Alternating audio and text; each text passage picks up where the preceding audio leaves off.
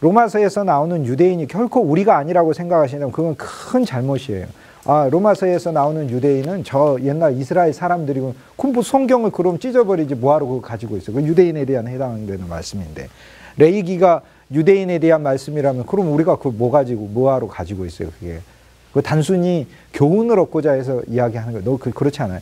성경이라는 건 그게 실제적인 내 존재에 대하여 말씀하시는 거예요. 우리는 그리스도의 말씀을 내가 행하려고 하면 난 유대인 돼 있는 거예요. 그리스도인이 아니고, 즉 율법인이 돼 있는 것이다, 그 얘기예요. 그러니까 로마서에서는 이방인이 유대인이 되고 유대인이 그리스도인이 되는 이 과정에 대하여 복음을 설명하고 있기 때문에, 우리는 율법으로 전도하시오가 아니라 전도를 하기는 하되 내가 기꺼이 즐거워하는 마음으로 전도하지 않는다면 이것은 하나님을 절대 기쁘시게 하는 일이 아니에요. 그러니까 사실 율법을 선포함으로 어떠한 열매들과 결과들을 얻는다면 눈에 보이는 가시적인 결과를 얻음과 동시에 부서지고 있는 보이지 않는 것들이 많이 있습니다. 이게. 그럼 루터가 말하고자 하는 바가 뭐냐? 이게 그 다음 단락에서 이야기하는 거예요. 율법을 성취하기 위해 우리는 그 요구사항들을 기쁘고 사랑스럽게 충족시켜야 돼. 즉 기쁘고 사랑스러운 마음으로 율법을 지켜야 하는데, 율법이나 그 형벌들이, 또는 율법을 지킬 때 형벌들이 존재하지 않는 것처럼 율법의 심지어는 속박감도 느끼지 않아요. 그러니까 이 율법이 나를 얽어매고 있는 율법의 종이 아니라, 그러니까 내 이웃을 사랑하라, 이것이 하나의, 또는 내 오른편 뺨을 돌려대라, 이것이 하나의 나에게 얽어매는 율법으로서도 다가오지 않고 그 법의 제하에서도 자유함을 느낀 채 내 다른 편 뺨을 돌려댈 수 있어야 된다는 거예요. 그러니까 그 계명이 요구하기 때문에 내가 행하는 게 아니고, 그 계명의 본질이신 그리스도를 표현하기 위해서 해야 하는데, 누가 그렇게 할 수 있느냐죠. 누가 그렇게 할 수 있는. 그러나 이 기쁨, 이 속박받지 않는 사랑은 바울이 로마서 5장 5절에서 말하는 바와 같이 성령에 의해 우리 마음속에 부어진다. 자, 4장에 보면은 우리가 믿음으로 의를 받고, 5장에 보면은 그리스도가 우리에게 하시는 일들을 얘기하는데, 하나님의 사랑이 우리의 마음에 부은 바 되었으니, 이렇게 얘기를 하는. 그러니까 우리는 진정으로 하나님의 일을 하고 싶으면 내 마음에 하나님의 사랑이 부어질 때까지 실은 기다리는 게 필요해요. 그럼 저절로 하게 돼 있어요. 저절로. 옛말에 자식 이기는 부모가 없다고 얘기하잖아요. 왜? 어느 날 딸 자식이 딸을 예화로 들어서, 죄송합니다, 딸이 고귀하니까 예화로 듣는 것일 뿐이에요. 어떤 남자를 만나서 결혼하겠다고 왔어. 사랑에 빠졌어. 눈도 멀었어. 근데 아버지는 정말 세상을 오래 살아서 이런저런 연륜이 있기 때문에 사람 보는 눈도 어느 정도 부모들이 있잖아요. 그러니까 20대 미성숙한 눈으로 배우자를 골라오니, 이 인생을 사신 아버지의 연륜 있는 눈으로 보기에는 진짜 엉뚱한 사람을 골라온 거예요. 그렇다고 헤어져라 한다고 헤어지다 못 이겨요. 왜 못 이겨요? 누가 그 속에 끓어오르는 사랑을 없이 할 수 있어요? 못 하는 거예요. 근데 이것이 육으로 난 건 육이고 영으로 난 건 영이라 마찬가지예요. 하나님의 일은, 계명을 지키고 계명을 수행하는 것은 하나님의 사랑이 우리 마음에 부은 바 돼야만 할 수 있어요. 그러니까 내가 진짜 전도하고 싶으면 하나님의 사랑이 내 마음에 부은 바 돼야 돼요. 그럼 어떻게 해야 될까? 그때까지 기다리면 돼요. 진실로.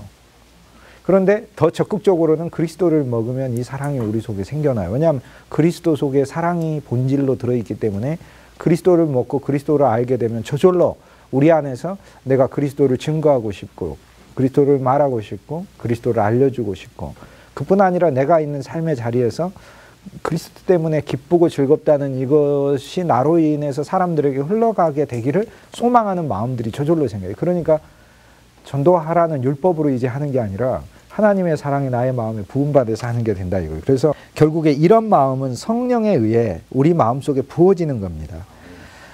그런데 바울이 자신의 첫 번째 단락에서 말했듯이, 성령은, 우리가 말하는 성령은 다른 영이 아니에요. 오직 예수 그리스도 안에서 예수 그리스도와 더불어 예수 그리스도를 통하여만 주어지는 영이에요. 우리는 많은 경우에 성령 충만하라고 얘기를 하면서 실은 그리스도 예수를 하나도 전달하지 않아요. 그러니까 성령 충만 안 하는 거예요.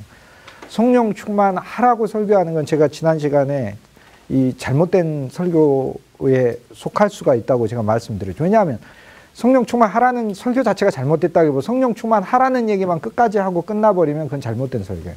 왜냐하면 그리스도의 복음은 그렇게 막연하지 않아요. 막연하지 않아요. 구원에 대한 도를 모르는 사람이 하나님의 영으로 충만해야 되는 것까지도 자기가 다 알아내야 될 정도로 그런 식으로 어렵다면 그건 복음이 아닌 거죠. 복음이 우리가 달나라에 걸어가서야만 무엇을 성취할 정도로 어려운 거, 그거 어떻게 복음이 기쁜 소식이 될 수 없네요. 성령 충만은 우리가 종교개혁에서 영성에서 이야기할 때 세 가지를 방식으로 말을 하는. 첫째, 성령 충만은 내가 너희에게 이른 말이 영이요 생명이라 예수님이 요한복음 6장 63절에 말씀하셨기 때문에 그리스도의 말씀이 영이고 생명이에요. 그러니까 우리가 성령으로 충만하려면 그리스도의 말씀과 그리스도의 영, 그리스도의 말씀, 내가 너희에게 이른 말이 영이고 생명이니까 그리스도의 말씀이 내 안에 충만하는 게 이게 성령 충만이에요. 그러므로 설교하는 자가 자기의 설교 속에 그리스도의 말씀이 충만하지 않으면 절대 성령 충만은 일어날 수가 없어요. 그럼 그리스도로 어떻게 충만하게 하냐? 성경 자체가 그리스도에 대해서 증거한다고 했잖아요. 삼중으로 증거한다고 했잖아요. 나타나실 그리스도를 증거하고 모든 항목 자체가 그리스도를 증거하고 이것들을 이루실 분이 그리스도라는 것을 증거한다고 제가 지난 시간에 성경이 그리스도를 증거하는 3차원에 대해 말씀을 드렸잖아요. 그러니까 우리의 말씀 속에는 주제가 그리스도여야 하고 이것을 이루시는 이도 그리스도라는 내가 믿음 가운데 있어야 되고 실제 이것을 사람들 속에 조성하시는 분도 그리스도 예수인 거죠.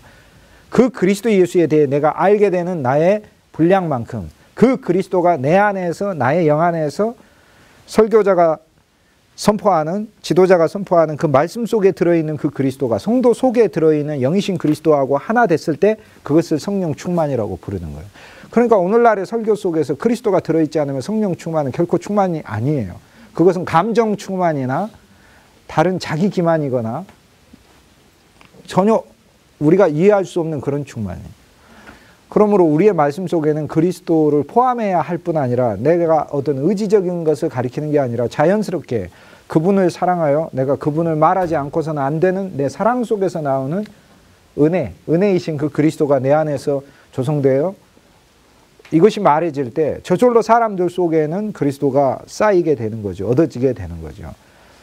그것이 성령 충만이에요. 결국에 성령 충만은 말씀 충만이요, 그리스도 충만이라는 거. 이것이 첫 번째 한 성령 충만의 원칙이고, 그 다음에 두 번째 성령 충만은 믿음을 통해서입니다. 믿음을 통해서라는 이야기는 이건 놀라워. 예를 들어서 초신자가 예수님을 이렇게 영접을 했어요. 그런데 초신자는 아직 말씀을 다 모르잖아요. 그가 성경을 읽을 때 마태복음에 나와 있는 모든 그리스도의 교훈을 다 알 수 있는 것도 아니고 창세기에 나와 있는 항목들이 그리스도 예수라는 것을 아직 알 수가 없는 거예요. 그리스도 예수가 방주이시고 그리스도 예수가 그 방주에 발라진 역청이고 그리스도 예수가 방주이고 역청일 뿐 아니라 그리스도 예수는 노아예요. 노아. 참 노아예요. 예수님 방주일 뿐 아니라 예수님은 방주를 지으신 노아예요. 예수님은 홍수예요. 홍수. 예수님은 홍수로 맞는 것은 너무나 놀라워. 우리 인생을 다 휩쓸어 가버리셔야 되니까. 우리 옛 세상을 휩쓸어 가고 우리 옛 것을 휩쓸어. 그리스도 예수는 홍수예요. 그리스도 예수 홍수뿐 아니라 홍수의 방주가 도착하는 새 땅이에요. 그러니까 예수 그리스도는 모든 항목이시거든요. 그리스도는 모든 것이요 모든 것 안에 계시니라. 골로새서 3장 11절. 결국에 믿음을 통하여 성령 충만을 얻는데 처음 예수를 믿는 사람들이 성경의 깊은 진리에 대해 어떻게 아냐 모르지. 그 믿음을 통하여라는 말이 또 하나의 하나님이 우리에게 주시는 정답이죠. 그럼 무슨 얘기냐면 예수님이 내 안에 들어오셨어요. 우리 고백을 통해, 짧은 고백을 통해 내가 그리스도 예수를 믿는 그 믿음이 크지 않다 하더라도 예수님을 내 구주로 영접합니다라는 그 고백을 통해 예수님이 내 심령에 와 계신 거예요. 근데 이 그리스도가 오실 때 결코 성령 충만을 빼놓고 오지 않으신다는 거예요. 그러니까 그리스도가 와 있을 때 내 안에는 성령 충만이 와 있어요. 이미 현재. 이것을 믿음으로 내가 취한다라는 말이에요. 이것이 믿음을 통해 성령 충만을 받는다는 말이에요. 그러니까 우리가 믿음을 통해 성령 충만을 받는다는 말을 내 율법적인 노력으로 오해하게 되면 어떤 현상이 일어나냐면 내가 믿음을 막 강하게 해야 성령 충만이 일어날 것 같은 생각을 갖게 돼요. 이런 방법은 없어요. 그것은. 그리스도는 그런 식으로 사람이 자기 노력을 통해 가지고 하나님의 영을 충만히 여기는 방법으로 하지 않으셔요. 믿음을 통하여인데 그것은 그리스도가 내 안에 계심으로 예수님이 내 안에 계신다면 성령 충만도 내 안에 계신 거예요. 그리스도 안에 하나님의 영이 충만하지 그리스도 바깥에 어떻게 하나님의 영이 충만할 수 있어요? 나는 예수님을 가진 순간 성령이 충만한 거예요. 그걸 그냥 믿어야 하는 거예요. 그러니까 오늘날 설교자들은 모든 성도에게 그 자리에서 다 성령 충만을 믿음 안으로 인도해낼 수 있어요. 그렇잖아요. 그렇잖아요. 성령 충만하다고 이미 본인이 믿음으로 받아야 하는 거예요. 성경은 로마서에 가면 이제 바울이 실제적인 것도 굉장히 많이 얘기를 합니다. 로마서 6장에 여기라 그래요. 여기라고. 죄에 대하여는 죽고 하나님에 대하여는 산 자로 여기라. 내가 믿음이 있는지 없는지 이거를 보기는 사실 어렵습니다. 왜냐하면 내가 곰곰이 생각하면 생각할수록 믿음이 있는 것 같지 않다는 결론에 나중엔 이르게 돼요. 몰라 여러분 자신을 이렇게 곰곰이 살펴본 결론 맞아 나는 믿음이 있어 이런 결론을 내릴지 모르는데 우리가 스스로만 살펴서 저는 제 자신을 계속 살피면 살필수록 결론이 믿음이 없다는 결론이 내려지게 되더라고요. 그런데 바울은 뭐라고 얘기하면 여기라 이렇게 얘기해요. 여김이 믿음의 시작이에요. 그러니까 우린 여기는 거예요. 그러니까 성령 충만을 어떻게 받을 수 있는 거예요? 먼저 성령이 충만하다고 내가 여겨야 하는 거예요. 그러니까 내 안에. 그러므로 모든 설교자들은 복음을 듣는 모든 사람들에게 실제 성령 충만을 전부 다 그 안으로 초청해낼 수 있는 거예요. 그 다음 세 번째는 성령은 흐르시는 거예요. 12에게 요한복음 20장에 성령을 받으라 하고 성령을 받게 하고 이 12의 10배가 120명이잖아요. 그래서 2장에 넘어간 사도행전 2장에 가면 하늘이 열리고 불이 혀같이 갈라지는 성령이 내려왔다 그러는데 어디서 내려왔을까요? 이 하늘이 어디였겠어요? 그리스도 예수와 12명의 제자가 하늘이에요. 그들에게서 하나님의 영이 흘러간 거예요. 그러니까 우리가 생각하는 관념처럼 전혀 120명이 성령 충만하지 않았다가 갑자기 우리가 눈에 보이는 가시적 하늘이 열리고 성령이 이런 개념으로 생각하시면 안 돼요. 요한복음 20장에 하늘이신 그리스도 예수가 12명의 제자들과 부활과 합하여 하나 되었을 때 그들은 하늘이 된 거예요. 부활하여 우리를 하늘에 앉히시니 에베소서 2장 6절 죄와 허물로 죽었던 너희를 그리스도 예수와 함께 일으키사 하늘에 앉히시니 그 앉히심과 동시에 요한복음 20장엔 그들이 제자들에게 그리스도의 영을 부어놓고 제자들 속에 넘치는 즉 하늘 보좌가 깔려져 있는 이 영이 120명과 함께 기도할 때 흘러간 거예요. 실은 이것이 불의 혀처럼 나타났다는 것은 수많은 자들을 소멸한 영으로 나타난 죄를 소멸해 육체를 소멸해 세상을 소멸해. 그러니까 우리는 하나님의 영은 실은 흘러가는 거예요. 그러므로 말씀을 전하고 사람들에게 위로하고 격려하고 심지어는 우리가 일하는 일터에서 내가 주위 사람들에게 말을 할 때 그 사람 속에 있는 그리스도의 영이 흘러가는 거예요. 그러니까 이것이 성령 충만의 세 번째 방식입니다. 그러니까 설교자의 영이 흘러가는 것이에요. 그러므로 설교자는 이미 그 믿음 안에 있어야 되는 거예요. 아, 내 안에 있는 그리스도의 영이 저 사람들 속에 말씀을 통해 흘러가는구나. 그러함으로 성령 충만을 받는 거예요. 근데 그렇지 않고 자기 혼자서 성령 충만 받으라고 하니까 우리는 성령 충만 불 받으라고 계속 불 받지 않고 열 받게 되는 거죠. 하나님의 영은 예수 그리스도 안에서 그리스도와 더불어 그리스도를 통하여 주어진다. 이 문장을 우리가 일생 동안 기억해야 합니다. 우리는 어떨 때 우리는 우리 고집 안에 있고 우리 절망 안에 있고 우리 염려 안에 있고 내 옛사람 안에 있는 것 같아요. 그런데 그것은 우리 하나의 상태이고요. 우리 현실은 틀려요. 우리 실제는 그리스도 안에 있어요. 진짜 놀랍게도 우리가 뭔가를 잘해야 그리스도 안에 있는 게 아니에요. 우리는 엄마 뱃속에서 옛날에 우리가 엄마 뱃속에 들어있었을 때 또는 태어나서 어머니 품속에 있었을 때 나는 염려하고 있고 근심하고 있고 걱정하고 있고 그 속에서 어머니 배를 발로 차고 있고 그러고 있을지도 모르지만 그러나 어머니 뱃속에 있었어요. 그러니까 그리스도 예수 안이라는 것은 하나의 실제예요. 실제.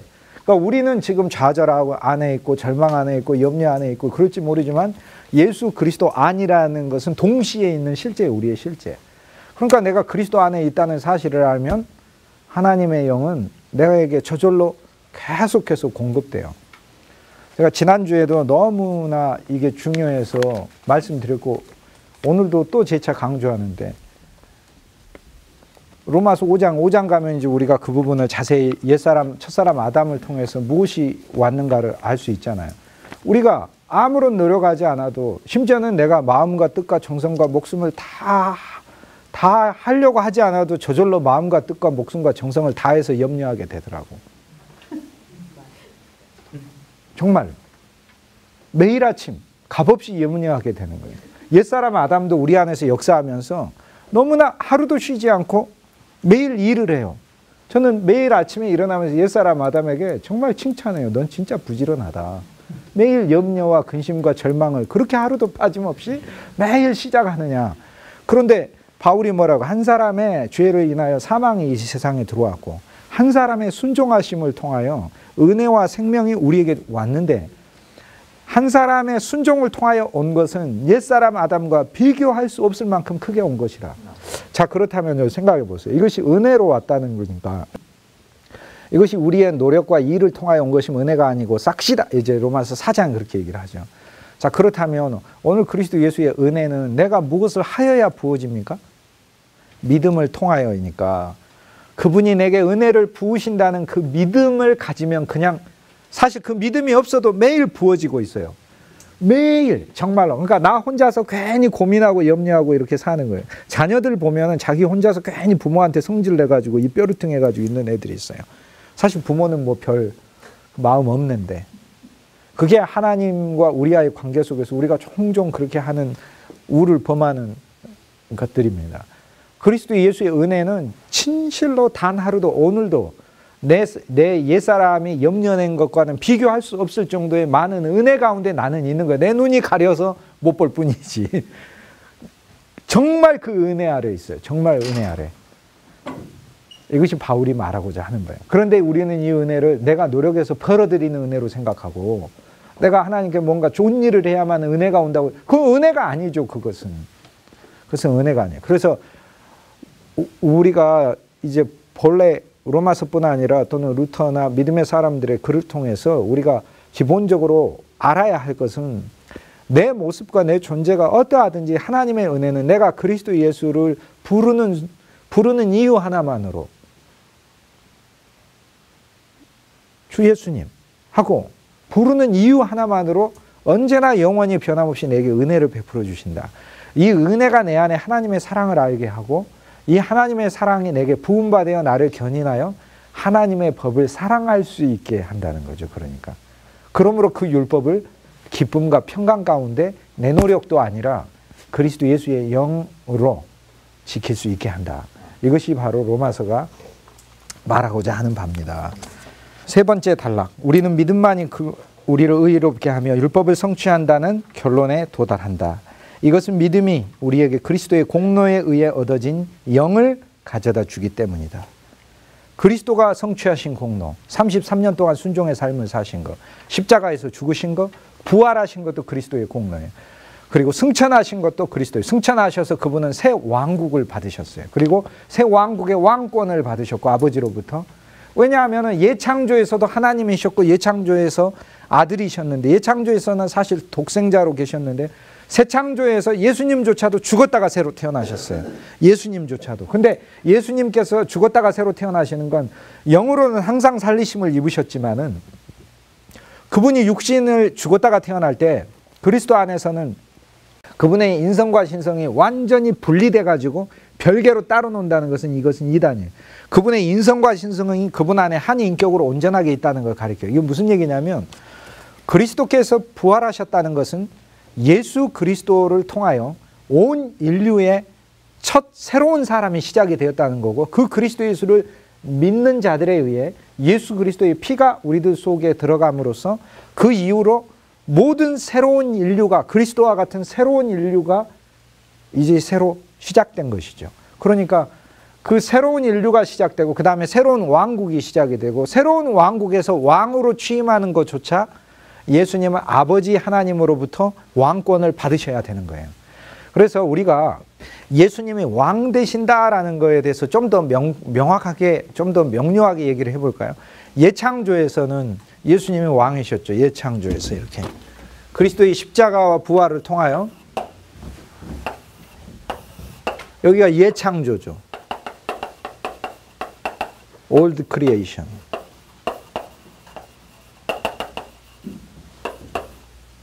새 창조. New creation. 새롭게 창조시키는 새 생명의 씨앗들이 그리스도 예수를 믿는 자에게마다 다 들어가면서 새로운 창조가 그리스도 예수 안에서 시작이 됐어요. 시간 안에서 시작이 됐고 영원 안에서는 완성이 됐어요. 이게 놀라운 또 하나의 비밀이에요. 그런데 옛 창조에서는 옛 왕국이 있어요. 옛 왕국. 옛 왕국의 왕도 그리스도 예수였어요. 그리스도 예수. 그런데 새 창조도 새 왕국이에요. 구약에서 약속한 영원한 다윗 왕조, 그 왕조가 그리스도 예수 안에서 새롭게 조성됐거든요. 그런데 이 새 왕국의 왕은 예수님이 혼자서 왕하실 수가 없어요. 스스로. 모든 것은 아버지께로부터 받아야 하는 거예요. 그러니까 예수님은 시간상으로 이 기술적으로 이야기하면 십자가에서 죽으시고 부활하셨죠. 아들로서만 부활하신 거예요. 근데 승천을 하셔야 한다는 얘기는 아버지께로 가서 새 창조 안에 이루어진 새 왕국의 왕권을 받으셔야 한다는 얘기예요. 그러니까 예수님이 부활만 하시고 승천을 안 하시게 되면 새 아들은 되시는데 새 왕국의 왕은 되실 수가 없어요. 그래서 히브리서 2장에 그를 천사보다, 그리고 심지어는 사람의 아들로 오시니까 천사보다 못하게 하셨다가 그를 다시 살리시사 모든 만물을 그의 무릎에 꿇게 하시고 그를 주라 여호와라 시인하게 하셨나니, 이렇게 얘기를 하는 거예요. 그래서 그리스도 예수의 승천은 놀라워요. 그런데 예수님의 십자가도 우리 거고, 복음을 이제 십자가의 복음하면 구속, 피, 매어 달린 못 박힘, 옛 세상을 장사 지냄이죠. 그리스도와 함께 끝남이죠. 그리고 그리스도 안에서 새로 십자가 안에서 지어지고 있어요. 그게 그리스도의 무덤이고 장사 지냄이에요.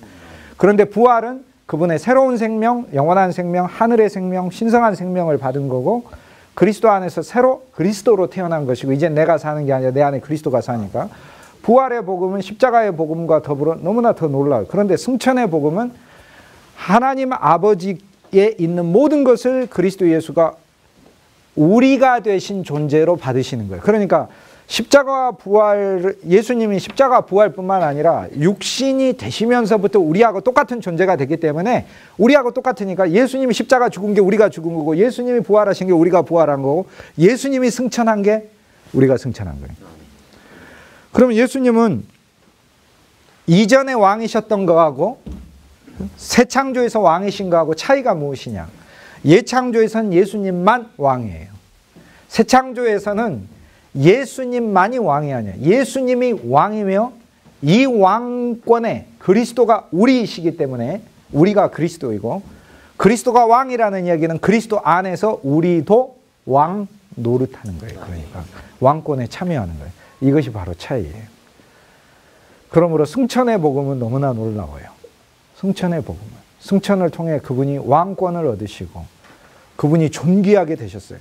그리스도가 존귀하게 된 건 우리가 존귀하게 된 거예요. 그러니까 예수님의 모든 사건은 바로 나의 사건이에요. 나의 사건. 그러니까 예수님이 부활만 하시고 승천을 안 하셨다는 것은 받으셔야 될 더 풍성하고 무한한 게, 그러니까 승천을 하셨다는 것은 하나님 아버지께로 가서 우편에 앉으셨다는 것은 아버지께 있는 모든 권자와 명예와 권세와 존귀함과 왕국을 다 그리스도가 받았고, 그리스도가 받은 게 내가 받은 거니까 결국 그리스도의 승천을 통하여 우리는 하늘 왕국의 왕권을 지금 소유한 자로 살고 있는 것이다. 이들이 모여 있는 것이 교회이다. 그러니까 교회는 얼마나 놀라운 이 하나님의 유기체입니까? 세 번째 단락 보죠. 우리는 믿음만이 우리를 의롭게 하며 율법을 성취한다는 결론에 도달한다. 이것은 믿음이 우리에게 그리스도의 공로에 의해 얻어진 영을 가져다 주기 때문이다. 이번에는 영은 우리에게 율법이 목표로 하고 있는 행복과 자유를 가져다 준다. 그리스도 영이 우리에게 와서 그리스도 안에 행복과 그리고 율법에 매이지 않는 자유를 줘요. 그리고 율법을 어겼을 때도 영원히 정죄받는 그 정죄로부터 우리를 풀어줬어요. 이것은 선행이 진실로 믿음으로부터 나온다는 것을 보여준다.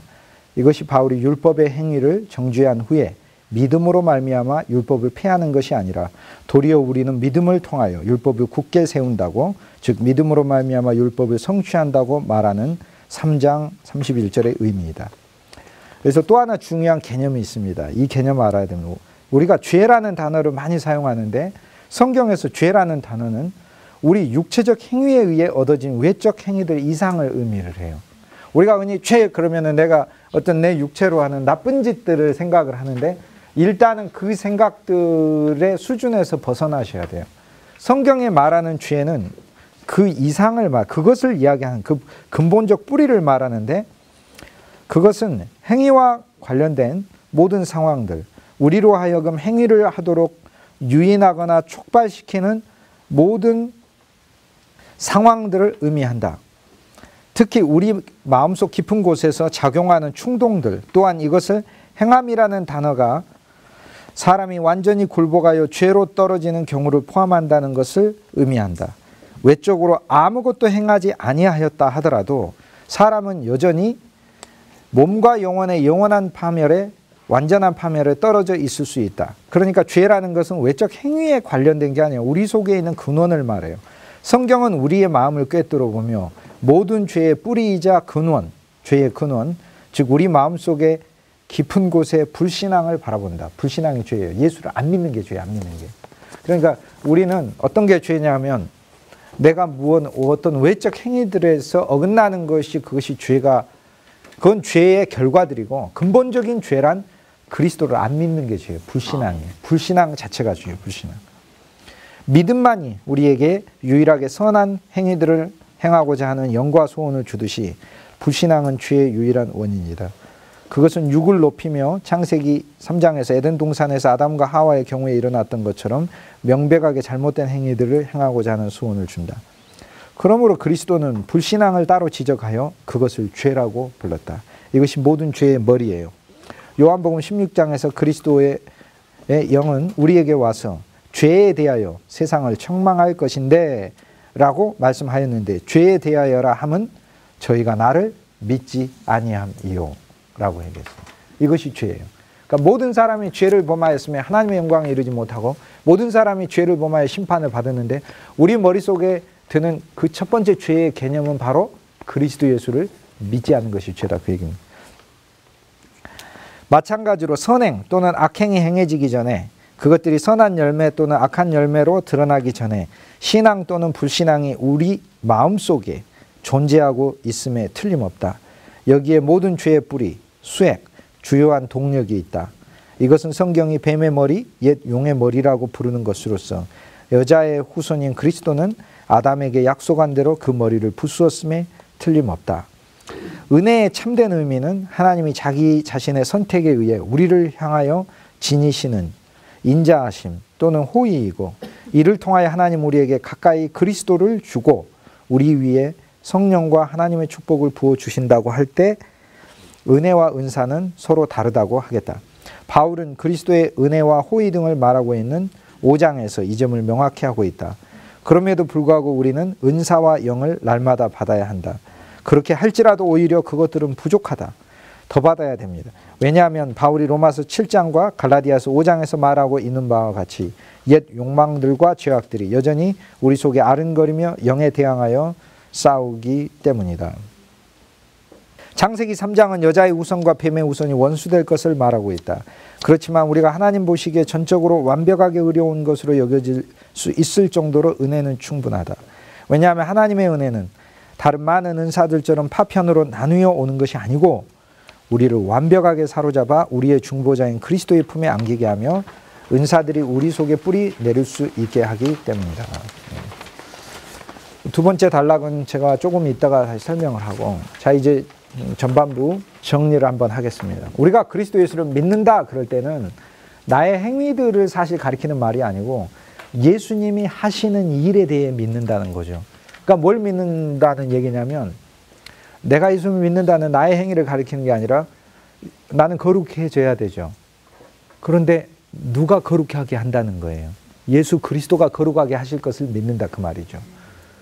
예수 그리스도가. 그러니까 내가 말하는 믿음은 내가 무언가를 할 수 있다는 나의 믿음을 말하는 게 아니고 그리스도가 하실 것이라는 것을 믿는 믿음이라는 거예요. 이 믿음을 가리켜요. 종교개혁의 믿음은 그 믿음이에요. The faith which the Reformation, the Martin Luther and Protestant faith teaches is the faith that Christ works, not I work. You get it? Okay. You need to be sanctified. You need to be holy. But how can you become holy? Who does that? Christ. So our faith is not the faith I can do that. It's the faith Christ does it. You get it? 그러니까 우리가 말하는 믿음은 성경이 말하고 로마서가 말하는 믿음은 내가 할 수 있다는 그런 믿음을 말하는 게 아니야, 실은. 로마서가 말하는 믿음은 그리스도가 하실 거라는 믿음이에요. 그래서 로마서는 구조가 어떻게 하냐면 처음에 1장의 구조는 이제 조금 이따 보기로 하고요. 전반적으로 죄인, 그리스도는 이런 분이다 이렇게 소개하고 그 다음 우리가 이런 존재다 소개를 해요. 우리가 죄인이다. 우리는 상상할 수 없을 만큼의 죄인이다. 그 로마서를 전적으로 누리기 위해서는 우리 자신에 대해 소망을 두면 로마서는 안 보여요. 하나도 안 보여요. 그리스도 그분이 어떤 존재인가에 대한 그리고 그분이 우리가 되시는 거기 때문에 그분으로 내가 완전히 바뀌어야 되는데 나 자신에 대해서 요만큼이라도 내가 아까운 생각이 있으면 바뀌고 싶지 않죠. 그건 그대로 보존하고 싶지. 그렇기 때문에 로마서에서는 우리가 어느 정도까지 그리스도 바깥에서는 얼마나 헛되고 파멸과 어둠과 죄악과 그 집착과 욕망에 처한 존재인가를 보여줘요. 그러면서 이것을 해결하기 위해서 인간은 율법이나 할례를 통해서 해보려고 하는데 할례가 이제 가장 이 율법 중에서도 가장 대표적인 거죠. 인간의 모든 종교들 중에서 가장 최고의 종교는 유대교예요. 그리스도교가 아니고 유대교예요. 그리스도교는 종교가 아니에요. 우리가 믿는 그리스도교는 종교가 아니라 영적 그리고 모든 것의 실제예요. 실제. 진리 자체인 것이지. 그러니까 종교는 유대교예요. 왜냐? 유대교는 계명을 주고 자기가 지키는 것이기 때문에. 근데 유대교는 다른 타 종교들과는 비교할 수가 없는 하나님의 계명과 말씀을 맡은 종교죠. 그런데 그 유대교, 즉 율법으로도 인간이 하나님의 계명을 알아도 의의를 이루지 못해요. 자, 몰라도 못 이루는데 알아도 못 이루고요. 그 계명 속에서 내 자신을 깨끗하게 하려고 하는 여러 가지 방법들 중에 시초가 할례예요. 할례가 가장 대표적인 육체적 방법이에요. 그러니까 그 할례로도 의의를 얻을 수가 없다. 이것이 바울이 말하고자. 그러면 결국에 내 자신으로도 안 되고 하나님의 계명을 알아도 안 되고 하나님의 계명을 내가 스스로 지켜도 안 되고 율법과 할례와는 별개로 떨어진 그리스도의 의의가 우리에게 나타난다. 그리스도의 믿음을 통하여 이제 이렇게 얘기를 하는 거죠. 그러니까 이 의의는 율법과 행함에 의하는 전혀 다른 그분이 나를 은혜로 대하시고 내 안에서 의의를 생성하게 하시고 조성하게 하셔서 그 다음에 의의만 주신 게 아니라 사랑을 붓고 은혜 속에 빠지게 하고 그리스도의 영이 우리 속에서 숨쉬게 하고 그리스도의 영이 우리 안에서 생명을 자라게 하고 생명을 넘치게 하여 결국에 하나님의 원하시는 모든 영광의 대상이 된다는 거죠. 이게 로마서가 말하고자 하는 거예요. 그러니까 로마서는 단순히 믿음으로 의롭게 된다는 것이 아니에요. 믿음으로 의롭게 되는 데서 시작하여 하나님의 사랑이 부음받고 하나님의 은혜가 왕노릇해서 우리를 이끌고 가고 우리 안에 그리스도의 영이 넘치는 것이고 그리스도 예수의 생명이 영의 본질은 생명이죠. 생명. 그 생명이 우리 속에서 성장함으로써 결국에는 우리가 그리스도 예수와 함께 같이 되는 거예요. 우리가 장래에는 그와 같이 되는 거예요. 그리스도 예수와 같은 동일한 그분 안에 있는 모든 충만이 나의 충만이 되는 거예요. 너희 안에 그리스도가 조성하기까지라고 바울이 갈라디아에서 얘기했던 그 목표까지 가는 길이 로마서에서 말씀하고 있는 거예요. 그래서 이것은 단순히 믿음으로 의롭게 되는 책 정도가 아니에요. 이것이 복음의 전부예요. 그러니까 복음은 십자가의 복음만이 아니라 부활 안에서 그분의 영이 오시고 승천 안에서 그분의 모든 것을 우리에게 다 부어주시고 그뿐 아니라 내 안에 그리스도 실제 자체가 조성되고 내가 그리스도로 온전히 변화되고 대치되고 바뀌는 것이 로마서가 말하고자 하는 바예요. 근데 이 일을 누가 하냐? 니들이 하는 게 아니고 그리스도가 하신다라고 성경은 말하고 있다는 겁니다. 이걸 니들의 노력으로 이루어지는 것이 아니라 그분이 하신다고 믿어야 돼. 그분이 하신다고. 우리는 이 엄청난 노정 속에 있다라는 걸 얘기를 해야 한다는 거죠. 말씀하고 있죠. 지난 시간에 로마서 이제 1장에 보면 구조가 두 구조로 되어 있습니다. 첫 번째는 그리스도가 누구냐를 말해주고 두 번째는 우리 옛사람이 누구냐를 말해줘요. 쉽게 얘기하면 그리스도가 누구냐, 후반부는 우리가 누구냐인데 여기서 용어에 주의해야 돼요. 후반부는 우리가 누구냐가 아니에요. 옛사람이 누구냐를 말해주는 거예요. 우리하고 옛사람은 다릅니다. 왜 다르죠? 옛사람은 그리스도 안에서 끝났고, 우리라고 성경이 우리라고 말을 할 때는 그리스도 안에 있는 우리 모습들을 가리켜요. 그러니까 로마서 1장에 보면은 1장 전반부는 그리스도 예수가 어떤 분인지를 말을 합니다. 그리스도 예수가 그분은 하나님의 아들이시다.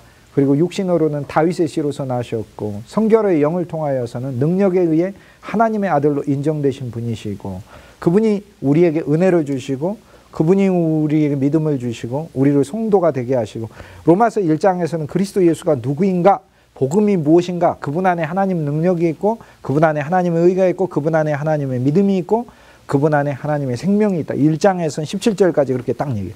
근데 끝나고 나면은 진리를 불의로 대항하는 자들에게 라고 이야기를 하면서 인간의 모습을 말을 하는데, 엄밀히 이야기하면 이것이 우리 옛사람의 모습입니다. 옛사람. 그러니까 그 옛사람, 그리스도 없는 옛사람의 상태에 대해서 이 두 가지를 1장에서는 얘기를 하고 있어요. 그래서 그리스도 없는 인간의 그 상태에 대해 어느 깊이까지 빠지게 되는가라는 걸 이제 저희들이 보게 되겠습니다. 앞에 그리스도가 누군가라는 건, 그러니까 성경에서 그리스도가 나올 때 그 그리스도는 바로 우리라고 생각하시면 돼요. 우리. 바로 나 자신이에요. 아, 그리스도가 하나님의 아들이다. 그럼 내가 하나님의 아들이신 거예요. 왜냐하면 그분이 이루신 게 다 내 일이니까. 그리스도는 육신으로는 다윗의 씨로 오셨다. 다윗의 씨로 오셨다는 말씀은 다윗의 아들하고 틀려요. 여기에서는 스페르마 다비드, 다윗의 씨인데 다윗의 씨와 다윗의 아들은 다릅니다.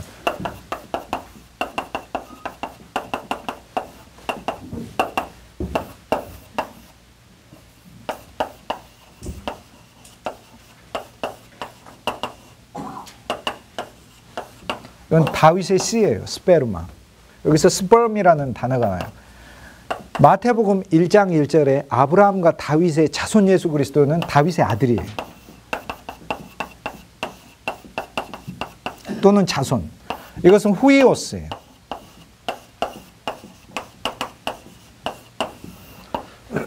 이 두 개가 어떻게 다르냐면 이 둘 다 복음이에요.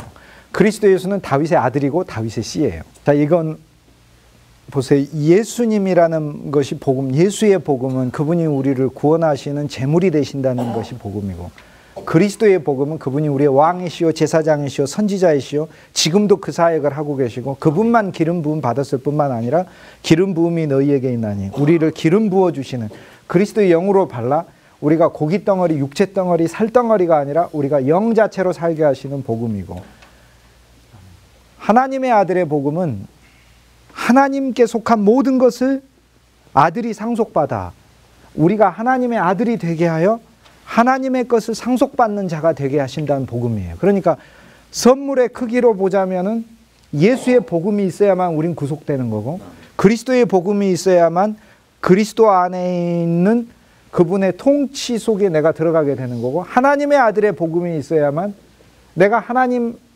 아들이신 그리스도 예수가 아버지께 받았던 모든 상속권을 나도 그 안에서 함께 상속받으며 갖게 되는데, 나중에 가면 예수 그리스도는 하나님이시잖아요. 하나님 자체, 하나님의 아들이실 뿐만 아니라 하나님이시잖아요. 결국엔 우리 안에 하나님이 충만하게 돼요. 이게 복음이에요. 그러니까 우리가 흔히 생각할 땐 그리스도 예수가 이 세상에 오셔서 십자가에서 죽으신 것만으로 우리 죄를 용서하시는 것이 복음으로 한정되어 있는데, 그게 아니라 하나님의 아들의 복음이기 때문에 하나님께 속한 모든 권세와 영광과 존귀를 아들인 우리가 상속받고, 예수 그리스도가 하나님 자체이시니까 그리스도의 모든 것은 내 것이므로 내 안에 하나님의 충만이 들어차게 돼요.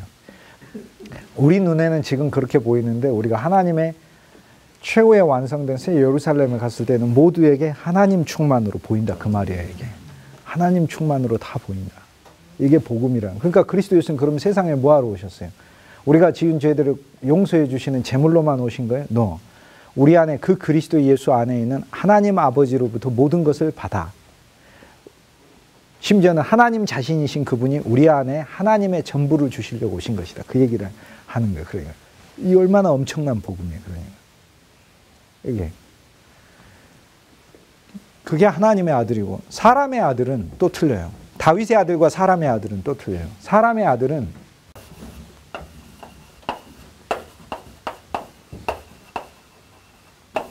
베네 하하담, 아담의 아들이죠. 사람이 아담이니까 성경에 나오는 거. 이건 son of man이죠. 하나님의 아들은 하나님의 아들이라고 우리말 성경에 보면 사람의 아들은 사람의 아들이라고 하지 않고 인자라고 얘기를 합니다. 인자라고. 인자 이렇게 불러버리니까 여학생 이름 같아졌어요. 저는 어렸을 때 예수님 이름이 여학생 이름이 인자인 줄 알았어요. 그래서 사람의 아들인데. 자, 이것은 무엇을 얘기하냐면 사람의 아들로 오셨다는 것 자체도 큰 복음이죠. 그리스도 예수를 얻은 것은 그분이 사람의 아들이기 때문에 두 면이 있습니다.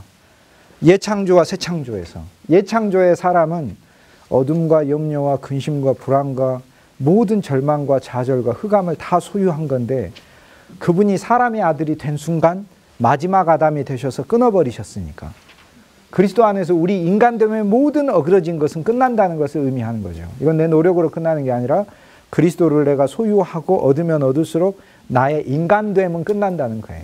이게 사람의 아들이에요. 마지막 아담. 그런데 마지막 아담이면서 예수님은 새 아담이시라는 거죠. 즉 사람의 아들이에요. 그러니까 예수님은 마지막 아들이고 새 아들인 거예요. 그러니까 새 사람의 아들인 거예요. 새 사람의 아들이라는 그리스도 안에서 참 인간성이 있다는 것을 말을 해요. 이것은 우리가 이 세상을 살기 위해 정말로 필요한, 근데 천국에서도 필요한 거 심지어는. 왜냐? 참 인간이요 참 하나님의 그 본성은 하늘 왕국에서도 있기 때문에. 그러니까 지금 나의 타고난 본성으로는 사람들에게 휘둘리게 되고 사람들이 이런 얘기하면 내가 마음이 이렇게 오그라들고 저렇게 위축되고 사람들이 이런 얘기하면 화가 막 울컥울컥 섞어. 나의 옛 아담은 나를 통제하지 못해요. 어쩔 때는 나는 니고데모 같은 모습으로 있다가 조금만 건들면은 거라사 광이 나고 똑같아져요. 그냥 아무도 제어할 자가 없고 주위 온통 사망에 머물고 그리스도로 옷 입혀놔도 다 벗어버리고 벌거벗은 모습으로 있고 이렇게 되죠. 똑같아. 나는 거라사 광인인가 아니면 폼제는 니고데모인가. 언제나 이 모습 속에서 내 자신이 타고난 것은 그런 모습이에요. 그런데 이 그리스도 예수는 사람의 아들, 새 사람의 아들이시기 때문에 그리스도 예수를 소유한다는 건 내가 새 사람으로 조성되는 거고 새 사람의 아들이 된다는 걸 말해요. 그러니까 이 인자는 정말 놀라운 복음이에요. 왜냐?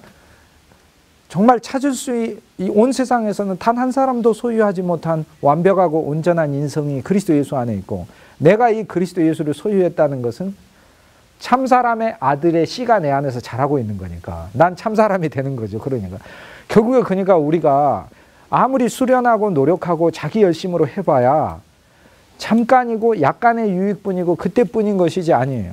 저는 저의 어떤 특질들을 고쳐보기 위해서 금식을 했어요. 엄청난 효과가 있었어요. 금식하는 기간 동안에만. 끝나자마자 너무도 빨리 옛 본성으로 돌아간 사실을 알았어요. 그래서 또 금식을. 그래서 얻은 결과가 결국에 그렇다면 나는 일생 굶고 살아야 하는가 보다. 그리스도의 복음은 우리를 모든 것으로부터 자유하게 하고 기쁨을 주는 복음이라 내 안에 내가 얻고자 하는 영적 성취는 나의 노력으로 얻어지는 게 아니다 이 말이야. 그래서 그럼 우리는 금식을 안 하는 게 아니고 언제 하냐면 신랑을 잃어버렸을 때 하라고 그랬잖아요.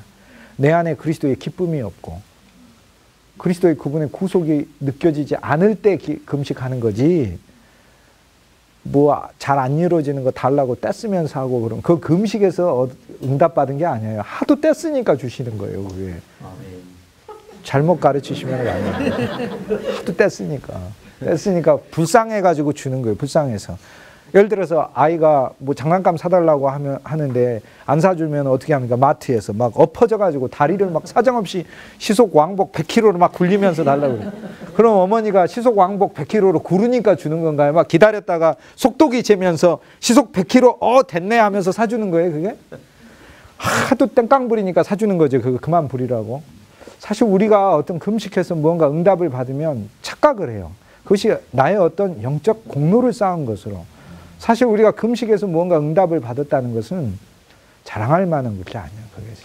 신랑을 잃어버린 상태에서 하나님이 하도 불쌍해가지고 나를 도와주신 것이니까. 다시 되돌아와서 다윗의 씨하고 다윗의 아들은 어떻게 틀리냐. 마태복음 1장 1절에서는 그리스도 예수는 아브라함의 아들이요 다윗의 아들이라고 해요. 아브라함의 아들인 것은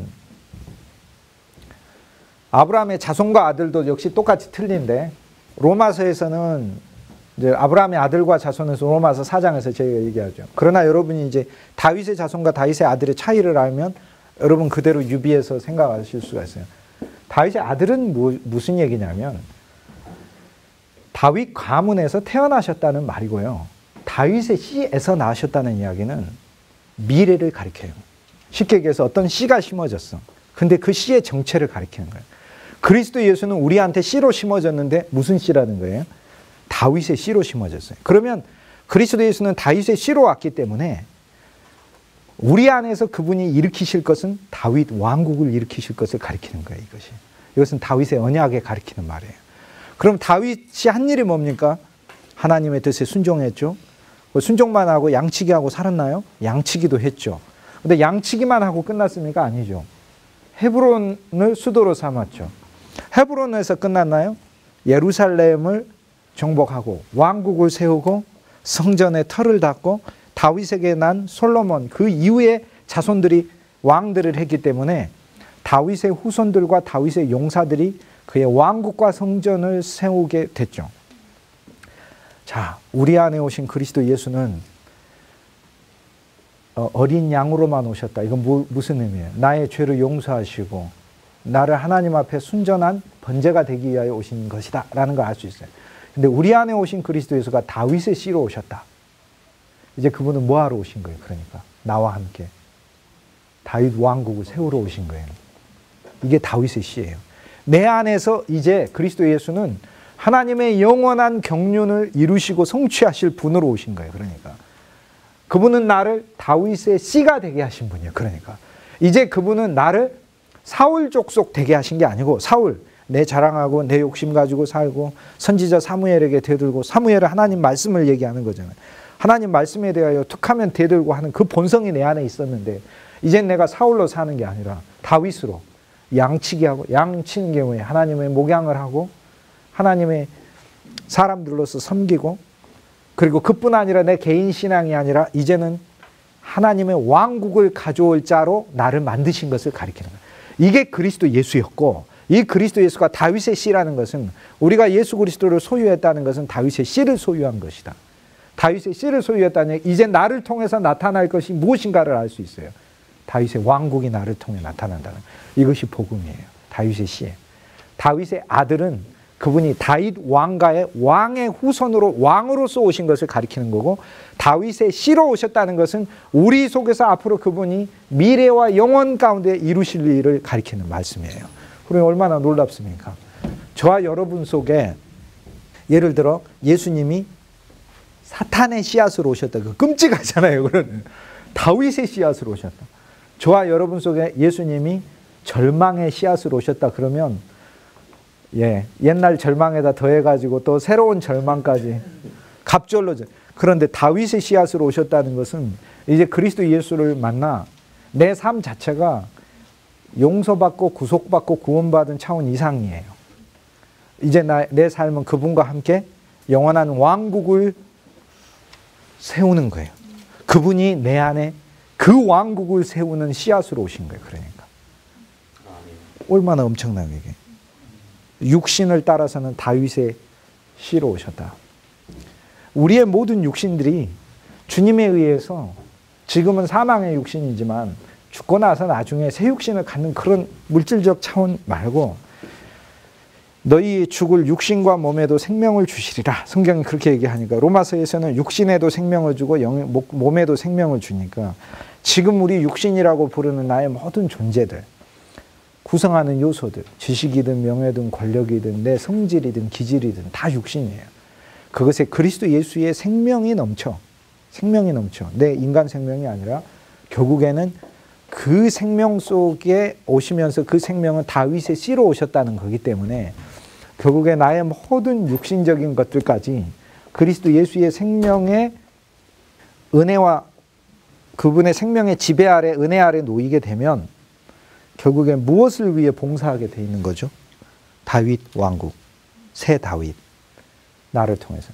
구약에 보면은요, 열왕기 상하하고 역대기 상하에 보면 재밌는 기절이 하나가 있어요. 재밌는 문구가 계속해서 반복해서 나와요. 집에 가서 찾아보세요. 성경 단어 검색하면 쫙 나오잖아요. 대신하여라는 말이 있어요. 무슨 얘기냐면 솔로몬이 대신하여 왕이 되니라. 르호보암이 왕이 되니라 이렇게 안 되어 있어요. 르호보암이 대신하여 왕이 되니라. 그 아들 아비야가 왕이 되는데 아비야는 대신하여 왕이 되니라. 근데 대신하여도 그 아비를 대신하여라고 안 되어 있어요. 그냥 대신하여 왕이 되니라요. 자, 이건 무엇을 뜻할까요? 아비야는 아사를 낳고 아사가 왕이 되는데 아사는 대신하여 왕이 되니라. 여호사밧을 낳고 여호사밧의 이야기는 길어요. 워낙 신실하게 충성 하나님 앞에 신실한 사람이었으니까 여호사밧이 대신하여 왕이 되니라. 자, 이 왕들은 진짜 왕이 아니고 사실 진짜 왕을 대신한 존재들인 거예요. 무엇을 기다리고 있는 거예요? 그러니까 메시아. 다 그냥 대신한 왕이에요. 참 왕을 대신한 모형들인 거예요. 그러니까 모형들인 거예요. 다 대신. Instead of. In the Old Testament, all kings, well, we think the scripture says the king Rehoboam became king. But not that way. In this way. Rehoboam instead became king. Instead. In someone's place. Whose place? Who's the reality of the kingship? Jesus Christ. Not the Jesus. Jesus Christ. 대신하여 왕이 되니라. 여호사밧은 요람을 낳고 요람이 대신하여 왕이 되니라. 우시야를 낳고 우시야가 대신하여 왕이 되니라. 요담을 낳고 요담이 대신하여 왕이 되니라. 아하스를 낳고 아하스는 대신하여 왕이 되니라. 요아스를 낳고 요아스가 대신하여 왕이 되니라. 대신하여. 다윗의 씨로 왔어요. 그분은. 결국에 구약의 모든 왕이 그 왕권을 대신하여 왕하고 있었던 거예요.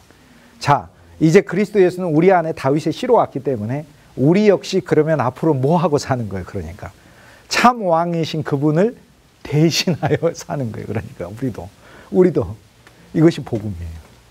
로마서가 말하고자 하는 이 놀라운 복음의 경륜을 처음부터 시작하면서 칭의, 죄용서 이 정도 수준에서 말하지 않아요.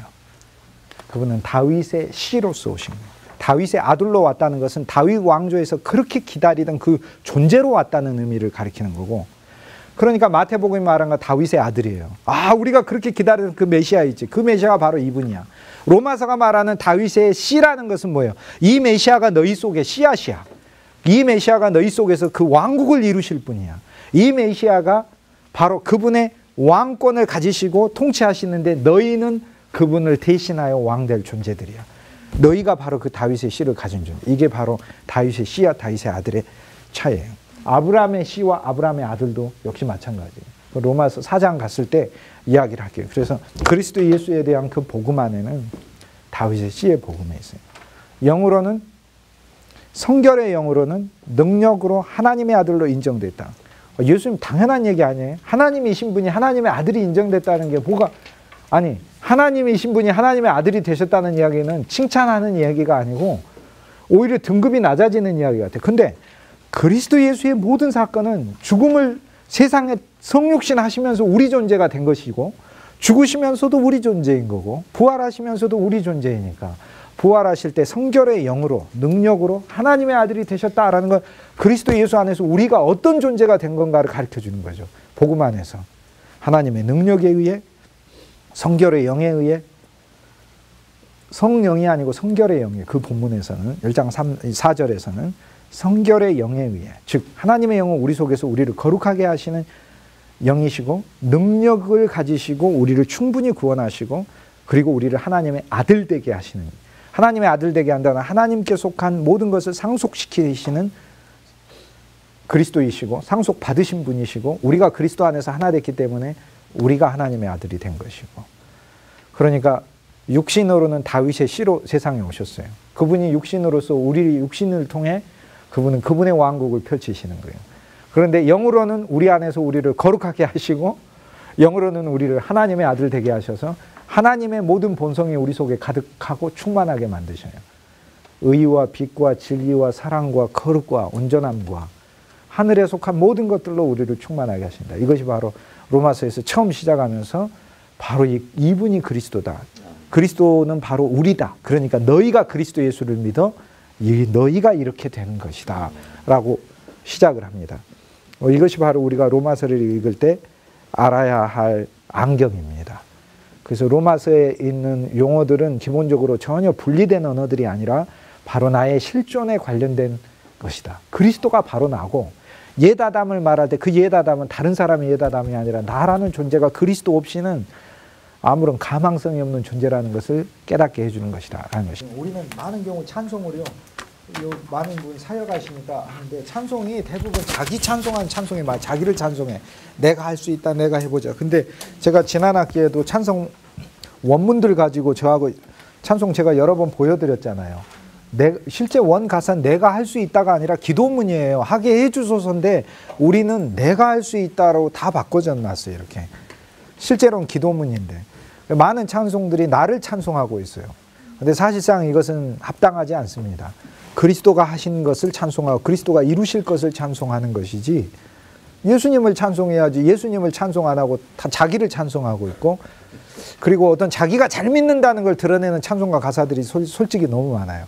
그 가사들이 이렇게 보면 내가 잘 믿어보자 이런 가사들은 좀 굉장히 어설픕니다. 그러니까 그걸 잘 분별하셔가지고 찬송가도 부르시고 예배인도도 하시고 하셔야 돼요. 잠시 세상에 내가 살면서 항상 찬송 부르다가 날이 저물어 오라 하실 때 얼마나 아름다운지. 근데 거기 3절인가 4절에 보면은 고난 내 영혼 쉴 곳 없어도 밝은 날이 다가오리. 고난 내 영혼이 쉴 곳이 없. 이건 잘못된 가사예요. 고난 내 영혼이 쉴 곳이 없으니까 하나님은 교회를 만드신 거예요. 고난 내 영혼이 교회 안에서 안식을 받아요. 교회는 그리스도는 하나님의 충만이요 교회는 그리스도의 충만이라 그렇게 됩니다. 그 교회에 머리 대신 그리스도 예수가 하나님 아버지의 모든 풍성을 부으신다. 이게 에베소서예요. 그러니까 우리가 이제 에베소서 신앙으로 나아가 로마서에서 그리스도 예수가 우리에게 하시는 그 모든 일들을 알면 우리는 곧 고린도 전서후서의 모든 문제들을 만나게 됩니다. 천국이 아니고 문제들을. 그런데 그 문제들에 대한 해답이 딱 두 가지를 얘기해요. 하나가 십자가와 하나가 영이에요. 우리가 그리스도 안에서 십자가로 끝났다는 거예요. 그러니까 이것을 바울이 알으라고 한 거예요. 니들이 무엇이냐 아무것도. 나는 무엇이냐 나도 아무것도 아니에요. 바울은 무엇이고 아볼로 아무것도 아니니라. 나도 끝났다는 거예요. 이게 십자가예요. 십자가만이 해답이다는 거예요. 모든 사람이 세상과 자기를 충만히 하기 위해서 교회에 나오는데 세상과 내가 간 곳 없는 것이 이것이 십자가인 거예요. 그러니까 이것이 핵심이에요. 이것이 웨일즈 대부흥의 핵심이에요. 그게 한국 대부흥도 낳고 세계 대부흥도 낳은 거예요. 그러니까 오늘날 모여가지고 대부흥을 합시다라고 1000번 만번을 해도 부흥은 안 와요. 대부흥의 메시지가 다른데 부흥이 옵니까? 내가 승하자는 부흥하지 않는데 하나님이 그런 부흥을 줍니까? 내가 승하자는 부흥을 하자는데 세상과 내가 간대 없는 것이 부흥의 메시지 핵심인데 자기로 충만한 사람들이 리드하고 있는데 그게 됩니까? 그게 어설프게 잘못했습니다. 회개합니다. 이런 수준이 아닌 거예요. 그게 사실 십자가란 건 자기 자체가 그리스도 안에서 없는 거예요. 없는 거. 두 번째는 하나님의 영이에요. 하나님의 모든 영과 은혜 아래서 하는 거예요. 그런데 그 영은 혼란의 영이 아니라 질서의 영이다. 바울이 그렇게 얘기하면서 결국에 교회의 많은 문제들에 있어서 하나는 십자가, 하나는 그리스도의 영이에요. 결국 우리가 육체로 사는 게 아니라 영으로 사는 것이 이것이 참다운 교회를 세우는 방법. 고린도전서후서에서 얘기하고 갈라디아서에서 그리스도의 바울이 이야기한 그 십자가를 더 해부해서 우리에게 적용하고 있는 거예요. 그 다음에 에베소서로 우리를 가게 해서 에베소서의 교회는 참으로 영광스럽고 높고 깊어요. 그 진리가. 한 몸이요. 한 세 사람이요. 한 병사요. 한 신부예요. 교회는. 그리스도의 집이고. 놀라운 거예요. 그러니까 고난 내 영혼이 왜 쉴 곳이 없어? 교회가 쉴 곳인데.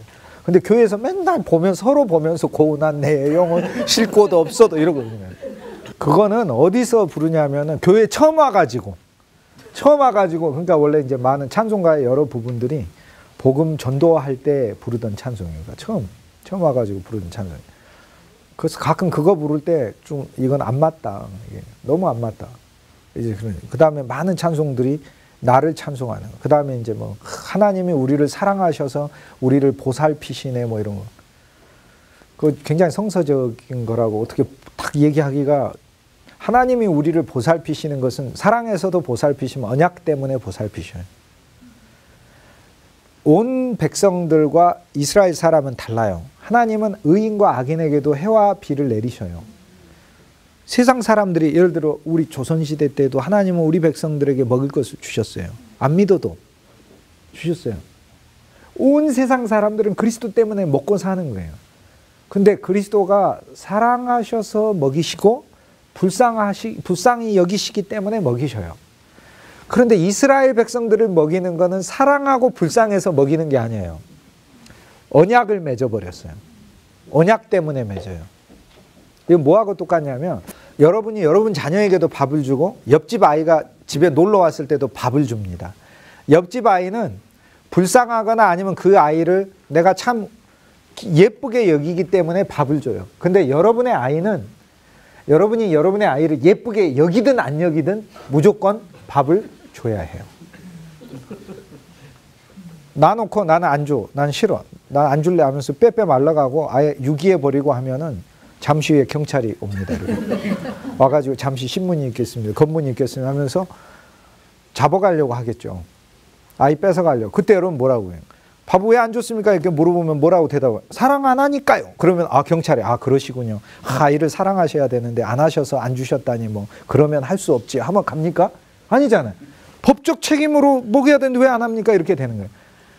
이게 언약이에요. 언약은요 정말 놀라운 거예요. 하나님이 우리가 예수님을 믿게 됐을 때 그때 진짜 엄청난 일이 일어나요. 하나님은요 우리를 먹이시지 않으면 안 되게끔 되시는 존재가 됐다, 그 얘기예요. 그게. 그러니까 괜히 어설프게 막 하나님 사랑 뭐 이렇게 하고 그거 하고, 우리가 많이 사랑해보자 이런 것들. 그러니까 찬송가를 명확하게 볼 수 있는 눈이 이제 생기실 거예요. 생기셔서 이것이 그리스도를 찬송하냐, 도대체 나 자신을 찬송하냐라는 것도 생기고, 진리가 이게 좀 짧구나, 여기서 더 깊게 나가지 못했구나라는 것들을 이제 우리가 볼 수 있게 됩니다. 지난번에 제가 어디서 이제 어떤 글을 하나 읽은 적이 있는데, 3월 1일 날 우리 민족대표 33인이 기생집에 모여가지고 독립선언을 이렇게 했다. 술판을 벌이면서 기생집에 모여가지고 했다 하는 그런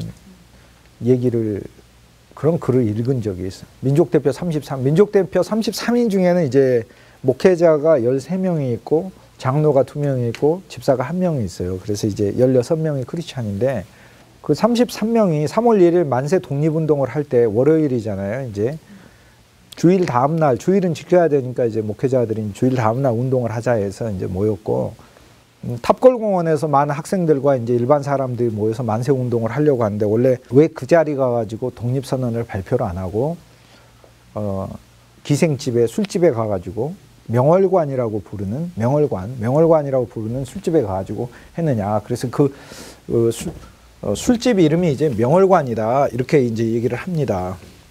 근데 이 얘기를 아무도 한 사람이 없어가지고 제가 얘기를 하는 거예요. 이게 그 술집 이름이 명월관, 첫째 이 말부터 들려요. 그곳은 술집이 아니에요.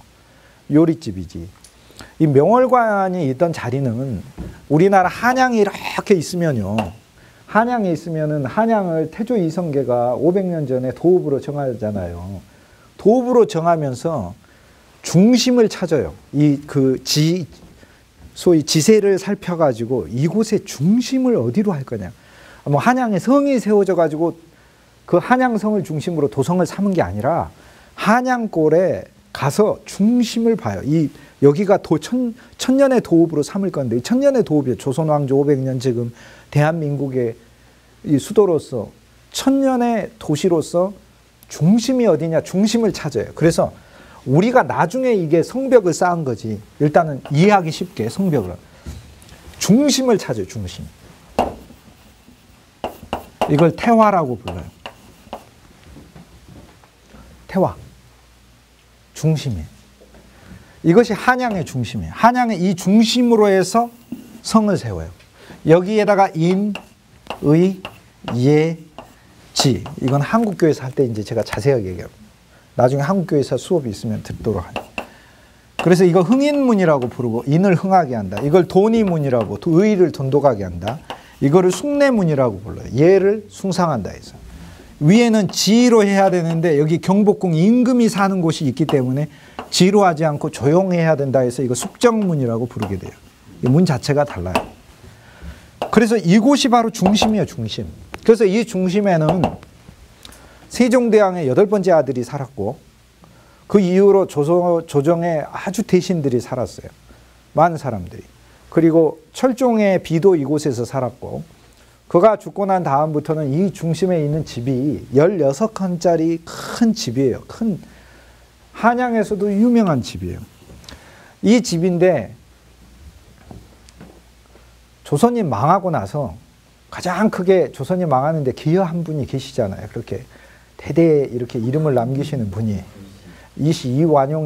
이완용이라는 분이 이 집을 사요.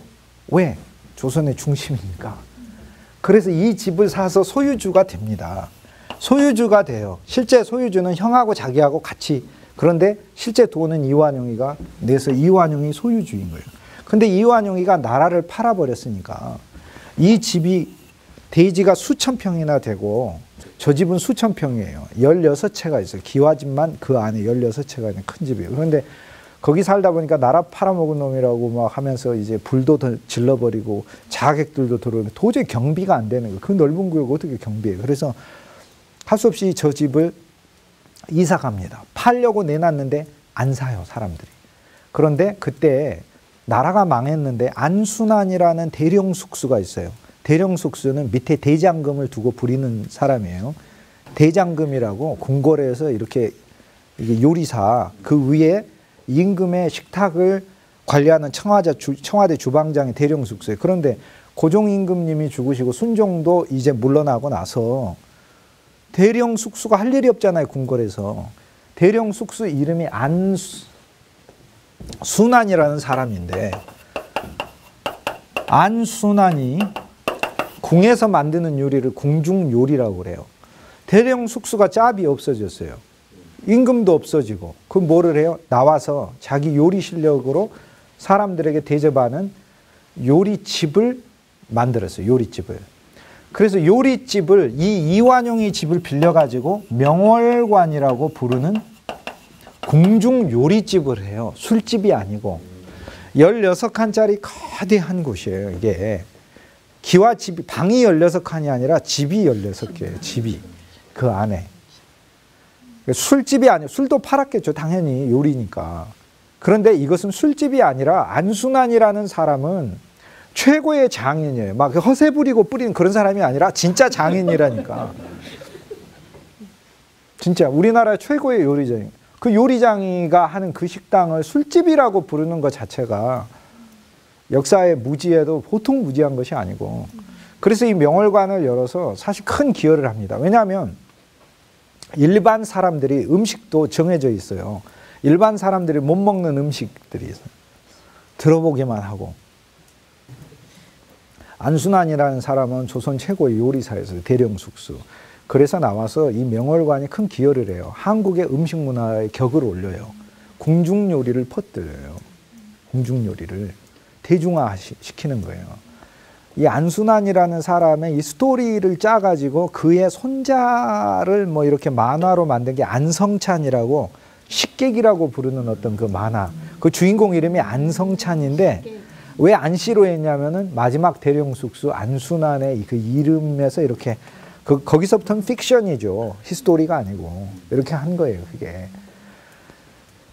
이 안순환의 이 태화관에서 1919년 잘 안 가요. 목사님들도 여기 요리가 비싸고 그러니까 3월 1일 날 손병희가 여기 주인 안순환하고 잘 알아요. 안순환은 유명 인사예요. 조선 최고의 요리사니까. 그냥 우리식으로 하는 그 술집 마담이나 주인이 아니라니까요. 이게 남자예요, 남자. 그리고 궁중에 벼슬을 했던 사람이에요. 남자예요? 남자예요. 안순환은 남자예요, 남자. 남자입니다. 근데 거기에서는 보면 주홍남인가라는 여자 이름이 나오잖아요. 손병희의 처가 되는데요. 이 집에서 있었던 기생을 한 게 아니고 이 집에 있었던 소위 그러니까 이게 술집으로 생각하시면 안 돼요. 우리식으로 하면은 웨딩홀 같은데요. 웨딩홀. 식사도 하고 뭐도 결혼식도 하고 파티도 하고 회감연도 하고 그런 곳이에요. 거기에 있는 여자 종업원들의 이 캡틴이 예. 그런데 그 여인이 천도교로 개종을 한 다음에 손병희의 이제 나중에 아내가 되는 겁니다. 근데 이 여인이 독립운동에 기여해요. 그러니까 그냥 기생이 아니에요. 그곳에서 굉장한 활동을 해요. 정세를 다 모으고. 이 1919년 3월 1일 날 33인이 태화관에서 그 전에 이름에 태화정이라는 정자를 세워서 태화정이라고 옛날에 조선시대 때 여기다 정자를 세워서 이름이 태화라고 했어요. 그러나 안순환이 명월관이라는 식당을 했고 33인이 이곳에 와서 한 이유는 뭐냐면 우리나라 중심이니까 한 거예요. 그곳에. 중심이라는 게 중심? 여기가 한양의 표지석이는 중심이에요. 그리고 그곳이 가장 사람들이 일반적으로 많이 모이는 회합의 장소예요. 그리고 또 하나는 이완용이 집이에요. 그러니까 이완용이 집에서 독립선언 하자 한 거예요. 이완용이 너 엿 한 번 먹어봐라 이렇게 하는 거예요. 그래서 안순환이가 16채 집 중에서 사실상 제일 그 깊숙한 곳에 있는 아주 조용하고 사람이 안 다니는 곳에다가 이렇게 위치를 배치해 놓은 거예요. 이게 무슨 뭐 홀 들어가는 이런 식이 전혀 아니에요. 그래서 그곳에 이미 태극기를 걸어놓고 술은 내오지도 않았고 이거 16명, 13명의 그 목회자들 길선주라든지 신석구라든지 안창호라든지 하는 그런 목회자들의 신앙 이게 직접 쓴 그 기록들을 보면 이 양반들이 그 목사 다 10대명에서 전혀 모르는 목사 모인 데서 그럼 술 퍼마시고 옆에 기생 끼고 이러고 그랬어요. 그러니까 그럴 분도 아니시고 그럴 수 있는 그런 영적 그것도 도저히 있을 수 없는 일이고 그리고 그냥 이런 테이블에 우리가 한정식 집에 가보면 이렇게 나오는 그 홀이에요. 그 메인 홀에서 33인이 모여서 독립선언서를 낭독하고 독립선언서가 아니라 독립선언문이죠. 독립선언문을 낭독하고 이거를 파고당원에서 안 한 거는 사람들을 너무 부추겨서 청년들과 서민들이 큰 피해를 입을 수 있다. 일경들이 워낙 잔혹하니까. 그런데 우리가 선언하고 우리가 잡혀 들어가는 게 좋지 않느냐. 그래서 우리가 희생하자 하면서 낭독하고 일경에다가 우리가 선언했으니까 우리를 잡아가라 그렇게 한 거예요. 이게. 그 얼마나 그 애국의 마음인데 근데 그렇죠. 그러니까 역사에 대한 기본적인 이해가 없고 내용도 모르고 그 너무 주변 지식으로 이야기를 하다 보면 말도 안 되는 얘기를 가지고 억지를 부리게 돼 있어요.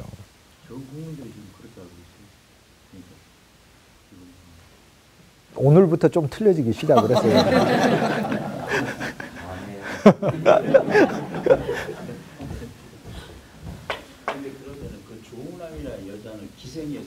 기생은 아니었어요.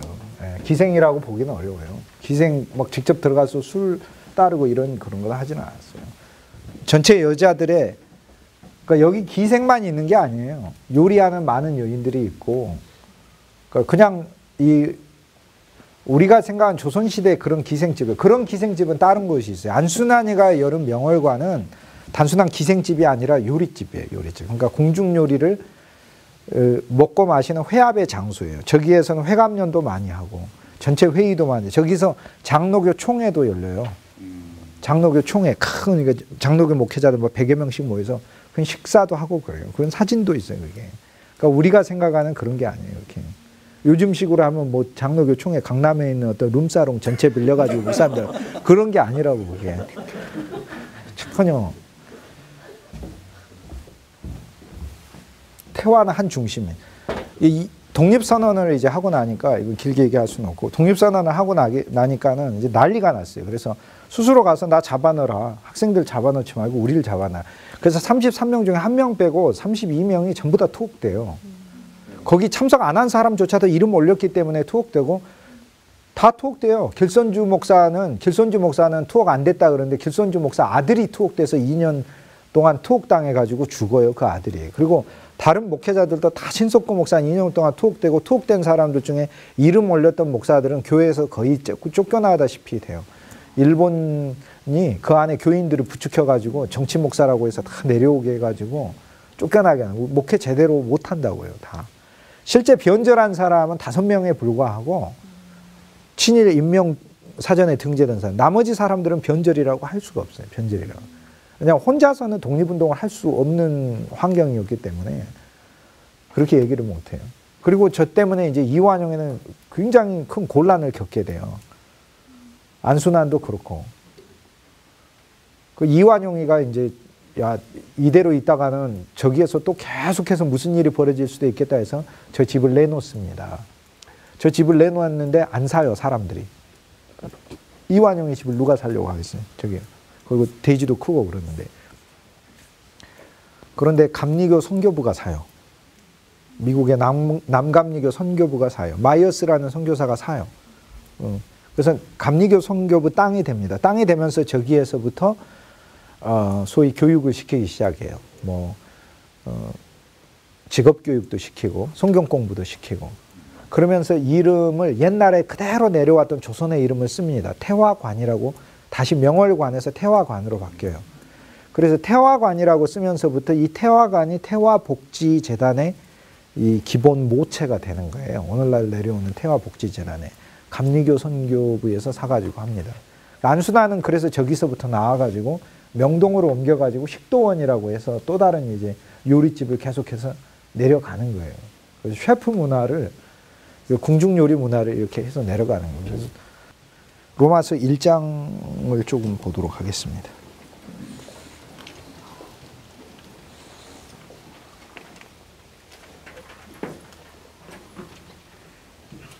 (4절) 한 항목 한 항목 다 자세하게 어떻게 할 수는 없고요. 그렇게 하면은 아마 3년은 걸리겠죠, 로마서가. 그런데 핵심적인 것만 제가 이야기하도록. 성결의 영을 따라 능력으로 죽은 가운데서 부활하여. 그리스도 예수의 말이지만 그리스도 예수 안에서 우리의 이야기예요. 우리가 하나님의 성결의 영을 따라 하나님의 능력에 의해, 하나님의 능력이 우리를 변화시키고 있는 거지 내가 내 능력이 날 변화시킬 수가 없어요. 그러니까 내 능력으로 나를 변화시키려고 하는 것을 중지해야 돼요. 하나님의 능력이 날 변화시키는 거예요. 우린 그 믿음 아래 사는 거예요. 우리 역시 부활하여예요. 우리도 그리스도와 함께 죽었고 그리스도와 함께 살아. 우리는 지금 하나님의 아들로 우리가 인정받은 바 된 거예요. 이것이 그리스도 예수께 일어난 사건이고 나에게 일어난 사건이라. 곧 우리 주 예수 그리스도 신이라. 우리 주다 이 말이야. 그분이 바로 그분의 일이 우리의 일이고 그분의 역사가 우리의 역사다. 여기서 1장 4절에는 많은 항목들이 있습니다. 첫째 성결, 두 번째 영, 세 번째 능력, 그 다음에 부활하는 것, 그리고 하나님의 아들로 인정되셨다라는 게 있어요. 자, 여기에서 또 하나 알아야 될 건 죽은 가운데서 부활하여 라는 게 있어요. 죽은 가운데서 부활하는 게. 자, 우리가 그리스도의 부활에 3개가 있습니다. 그리스도의 부활은 The resurrection of the Christ. 그리스도가 부활하신 거예요. 이건 그리스도가 부활한 걸 가리킨 거예요. 성경은 이 3개를 다 얘기합니다. 예를 들면 이건 베드로전서 3장 21절.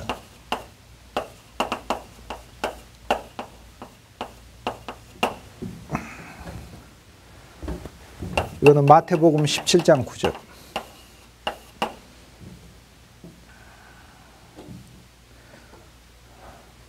여기는 바로 로마서 1장 5절.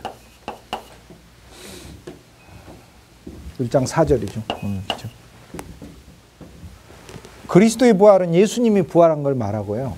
죽은 자들 가운데서 부활하는 건 죽은 자들 가운데서 죽음으로부터 부활하신 걸 가리키는 거예요. 그러니까 그리스도의 부활은 예수님 자체의 부활을 말하는 거고 죽은 자들 가운데서 부활이라는 것은 예수님은 그 사망이라는 것을 깨시고 살아나셨다라는 의미로 죽은 자들 가운데서 부활하신 거예요.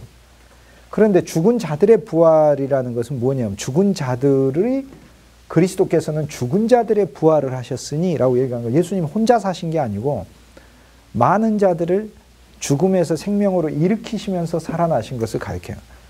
다시 말하면 그리스도의 부활은 예수님 그분이 부활하신 거. 죽은 자들로부터의 부활은 예수님은 그 죽음 가운데서 다시 오셨다는, 죽음 자체로부터 오셨다는 것을 나타내는 거예요. 죽은 자들의 부활을 통하여 라는 말은 예수님은 부활하시면 혼자 부활하신 게 아니고 많은 이들을 생명으로 이끌면서 부활하셨다는 것을 가리켜요. 이것은 로마서 1장 4절에 그래서 죽은 자들의 부활이라고 얘기해요. 그리스도 예수는 죽은 자들의 부활을 통하여, 죽은 가운데서 부활 이렇게 되어 있는데 죽은 자들의 부활을 통하여 예요. 실은 원문에 따르면.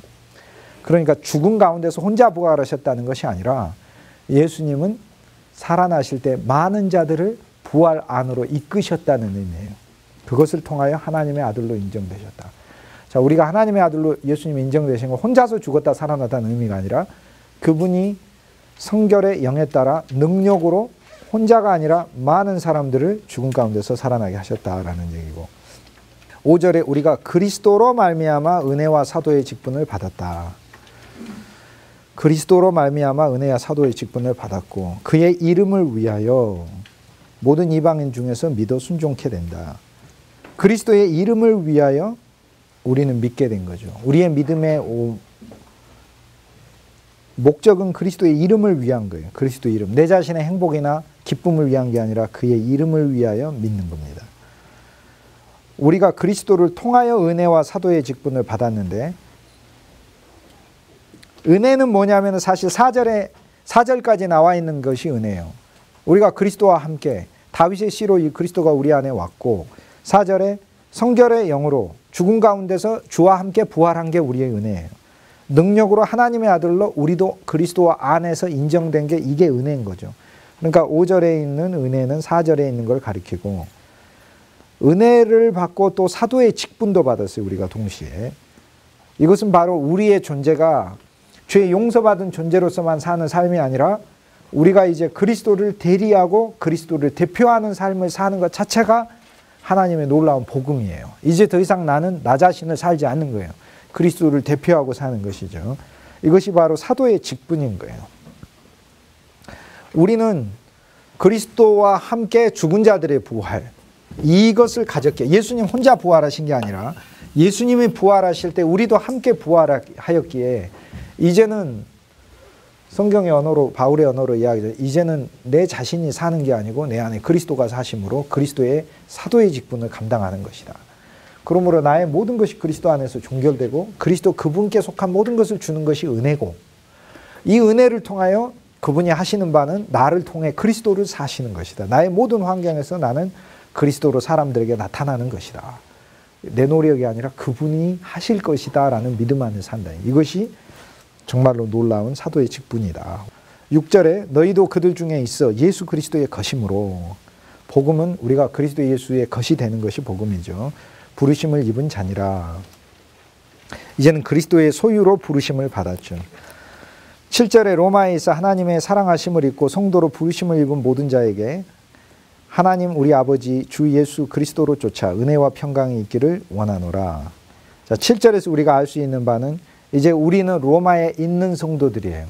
로마에 있는 성도들이고, 로마인이 아니죠. 우리는 로마인은 세상 사람이고 우리는 로마에 살 뿐이에요. 자, 여기 있는 로마인은 옛날 2000년 전 로마인이 아니라 바로 나를 가리켜요. 근데 성경이 로마인이라 이렇게 부를 때는 약간 의미가 달라요. 어떤 의미냐면, 그러니까 우리가 한 면에서 갈라디아인이다 이렇게 불렀을 때는 우리는 굉장히 이 거친 성격을 가지고 시골에 사는 사람들인데 골로새인들이다 이렇게 불렀을 땐 우리의 어떤 상태가 그런 도시적인 걸 가리키는 게 아닌데, 로마의 성도들 이렇게 얘기했을 때는 오늘날 우리에게 있는 어떤 모습을 가리키냐면, 어떤 사람도 단순히 시골로만 살지도 않고 어떤 사람도 도시만으로 살지 않아요. 그건 지역만 가리키는 게 아니라 그 사람 속에 있는 옛사람의 기질, 습성, 옛사람의 상황 세계 자체를 가리키는 말인데, 로마인이라는 것은, 로마는 문자로 유명하죠. 문명과 문화와 문학과 문들이 많잖아요. 개선문. 그런 자손들이 로마인인 거예요. 그러니까 그것을 목표로 해서 사는 사람들이 로마인인 거예요. 그런 로마인에게 쉽게 얘기해서 나의 문명과 나의 문화와 내 자신의 문학과 내 자신의 개선문을 위해서 사는 그런 존재가 로마인인 거예요. 그런 로마인에게 편지를 보내요. 그 로마인은 로마에 있는 사람들로 바뀌는 거예요. 우리는 로마에 있는 성도들, 부르심을 입은 자들. 이제는 로마에서 부르심을 받아 그리스도께 왔어요. 로마에 사나 그리스도께 속한 자들인 거예요. 로마의 성도들은 야벳의 자손이죠. 우리는 한 면에서 야벳의 자손이죠.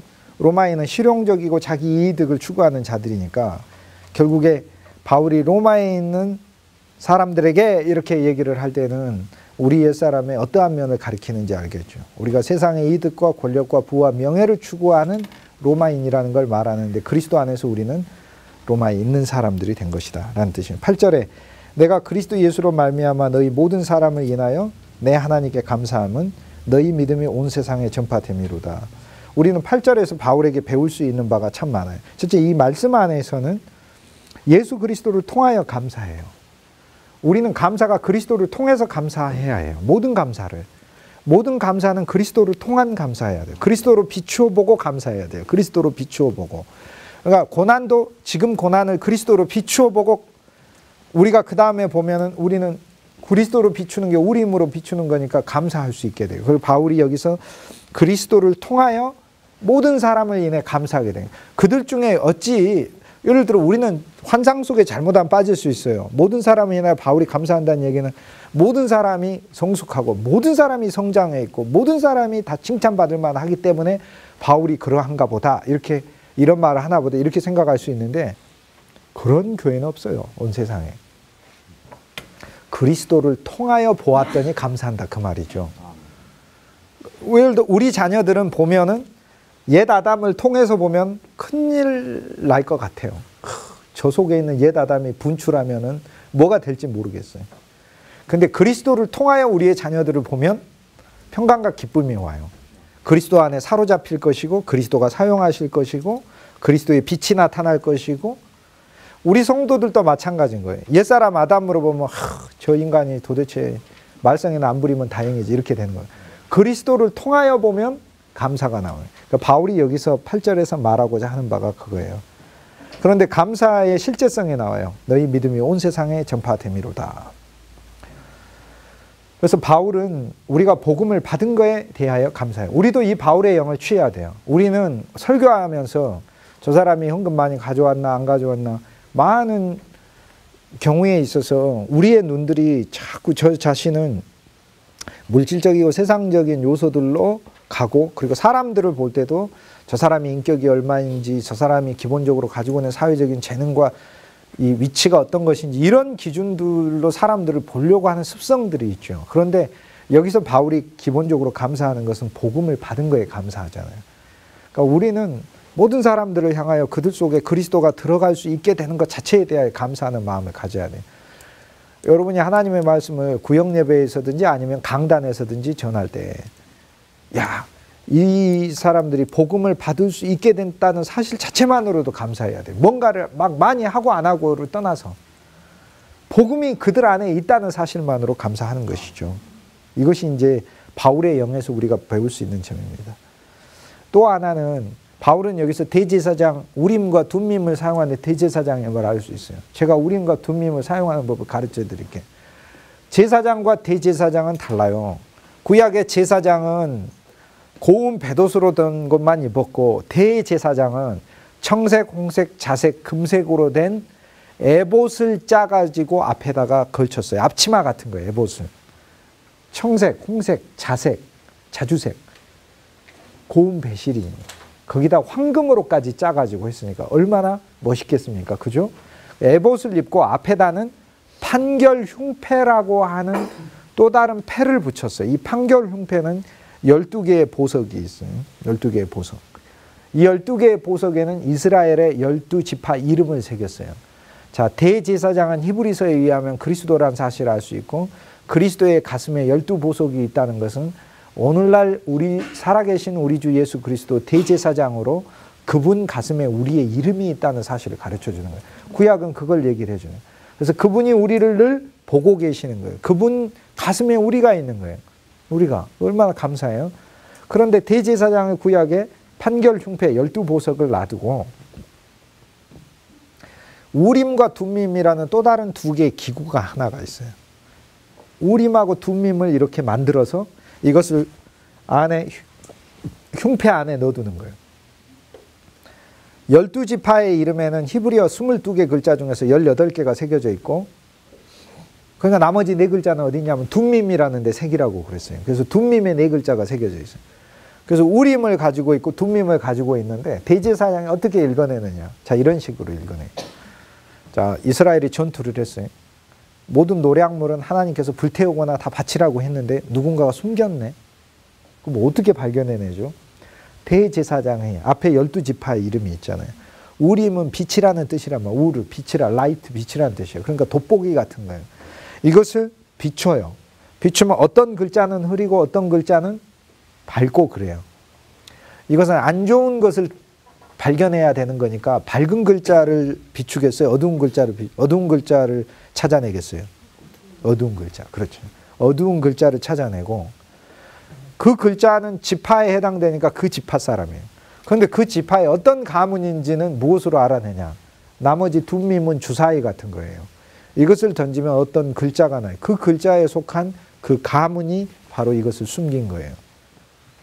아, 간이네. 이렇게 나오는 거예요.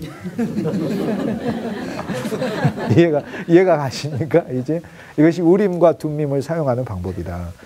우리가 이겨야 나가야 됩니까? 안 나가야 됩니까? 라고 물었을 때는 예와 아니오에 해당하는 하나님의 대답을 찾는 거예요. 여기서. 그래서 밝은 것이 있으면 그 사람을 선택하는 거예요. 누구를 왕으로 세우라 그럴 때, 누구를 또는 하나님의 일꾼으로 세우라 그럴 때 밝은 이 지파의 이름이 비춰지면은 그 이름과 또 하나의 둠밈을 던져서 나타내는 것을 통해 찾아. 이것이 대제사장이 우림과 둠밈을 사용하는 거다. 오늘 이것은 무엇을 이야기하냐면, 오늘 우리는 하나님의 일을 하면서 사람들을 세상적인 눈으로 비춰보면 안 돼요. 그 사람의 지식, 인격, 또 그 사람의 또 학력, 재력, 이런 눈으로 보는 것은, 그것은 육신에 속한 것이요 육신의 교회를 짓는 거예요. 우리는 우림이라는 그리스도 예수의 빛으로 비춰야 돼요. 실은 비추면 그 사람의 밝은 것과 어두움이 드러나요. 밝은 것은 칭찬해주고 어두운 것은 격려해주고 위로해줘야 되는 거예요. 바울은 여기서 모든 서신을 쓸 때 우림으로 다 비추고 있어요. 고린도 교회처럼 문제 많은 교회도 바울이 처음에 이야기할 때 뭐라고요? 너희에게 구변과 지식이 충만하여 내가 하나님께 감사하노라 그랬어요. 그러니까 제일 똑똑한 교인이 성경 퀴즈를 낼 때 다음 중 제일 똑똑한 교회 교인들은 어디였을까요? 1번 로마 교인들, 2번 고린도 교인들, 3번 에베소 교인, 4번 갈라디아 교인들. 뭐 어디? 고린도 교인. 고린도 교인. 고린도 교인. 가장 문제 많은 사람들을 대하여 편지를 쓸 때도 우리는 고린도 전서에 교회가 있다면 진짜 심각한 거예요. 그게 너희에게 당파 있고 분쟁 있고 누구는 어느 파이고 막 은사대로 갈라져 있고 막 그러면서 너희 중에 어떤 자는 그 어미하고 살고 이런 자들은 세상에도 없는 자 아니라 뭐 황당한 거예요. 그런 게. 근데 처음 시작할 때 너희 안에 그리스도 예수의 지식과 그분에 대한 말씀이 너희 가운데 충만하여 내가 이를 기뻐한다 라고 칭찬해요. 너희 고린도 교회 교인들은 세상의 어떤 교인들보다 그래도 하나님의 진리를 알고 싶어하고 듣고 싶어하고, 그러니까 고린도 교회가 고린도 서신이 두꺼운 거에 16장씩이나 되는 거죠. 별로 듣고 싶지도 않은 거 뻔히 알면 바울이 뭐 한 2장 적다가 말지 뭐하러 많이 적겠어요. 사실 우리는 그러므로 이제 우림을 사용하는 것을 여기서 볼 수가 있다. 그래서 이제 이것은 항상 우리는 하나님의 말씀을 전할 때 우림을 사용할 줄 알아야 됩니다. 빛으로 비춰져서 밝은 부분을 늘 칭찬하고, 그에게 어두움이 있으면은 왜 어둡냐고 막 율법으로 막 심판하고 정죄하고 꾸짖고 내쫓고 그러지 말고 격려하고 지지하고. 구약에 있어서는 어두운 부분은 내가 처리해야 될 부분인데 신약에 있어서 어두운 부분은 내가 처리하는 게 아니에요. 그리스도 예수가 처리하시는 거지. 그러니까 그 사람의 어두움은 그리스도께 맡기도록 우리가 유도해 줄 필요가 있는 것이죠. 이것이 우림과 둠밈을 비추는 거고, 둠밈은 그것을 위한 내가 또 하나의 하나님의 숨은 말씀이 내 속에 있는 것을 둠밈을 사용하는 것이다 라고 얘기하는 거예요. 목회자에게 우림과 둠밈이 언제나 있어요. 이게 영적으로 살아서 우리 안에 있는 영적 생명이신 그리스도 예수가 넘치면 우림으로 나오고 둠밈으로 사용돼요. 실제로 어떤 환경이든지 딱 보면 우림으로 비춰서 그 사람의 상태를 우리는 칭찬하고 격려해 줄 수 있게 되고, 우리 속에 그 사람을 위해 함께 나눌 수 있는 숨은 그리스도의 말씀 둠밈이 나오게 되는 거예요. 이게 우림과 둠밈을 쓰는 것이라. 10절에 어떠하든지 하나님의 뜻 안에서 너희에게 나아갈 좋은 길 얻기를 구하였다. 바울은 하나님의 여정, 복음의 여정을 위하여 기도했죠. 복음의 여정이란 복음이 진행되는 것이죠. 즉 바울이 로마 교회 교인들에게 복음을 가지고 나오는 길을 위해 기도한 것이에요. 자, 이것은 바울이 앞에 부분에 그리스도가 어떤 분이시냐 이야기한 다음 나는 너희에게 이 그리스도가 어떠한 분이신가라는 나의 이 복음을 가진 내가 너희에게 갈 수 있기를 위해 기도했다. 라는 이 기도의 결과로서도 로마서도 나오고 결국에 로마로도 들어가고 하고 그렇습니다. 자, 이것은 무엇을 이야기하느냐. 우린 그리스도 예수가 복음의 실제고 내용이란 거 알았어요. 근데 이 복음이 우리의 심령과 다른 이들의 심령에 들어가기 위해 필요한 것은 기도라는 사실을 알았어요. 우리는 더 기도해야 돼요. 이 복음이 우리 안으로 들어오기 위해서도 기도하고 다른 이들에 들어가기 위해서도 기도해야 한다는 사실을 알았어요. 바울이 여기서 그 얘기하잖아요. 좋은 길 얻기를 구하노라. 우리는 좋은 길 얻기를 참 구해야 돼요. 많은 사람들 심령 속에 복음이 좋은 길로서 이렇게 들어가져서 쉽게 들어갈 수 있기를 구해야 되는 거죠. 이게 바울이 하는 거고 11절에 보면은 내가 너희를 보기 원하는 것은 신령한 영의 선물을 너희에게 나눠주고 싶어 하는 것이다. 그래서 너희를 견고하게 하려 합니다 하는 거예요. 이건 정말 중요한 우리 생활에 있어서나 근데 제가 강의하면서 아주 그 습관 중에 하나가 이게 정말 중요하다는 거예요. 매번 중요하대. 매번 하는 얘기마다 다 중요하대. 안 중요한 게 하나도 없어. 무슨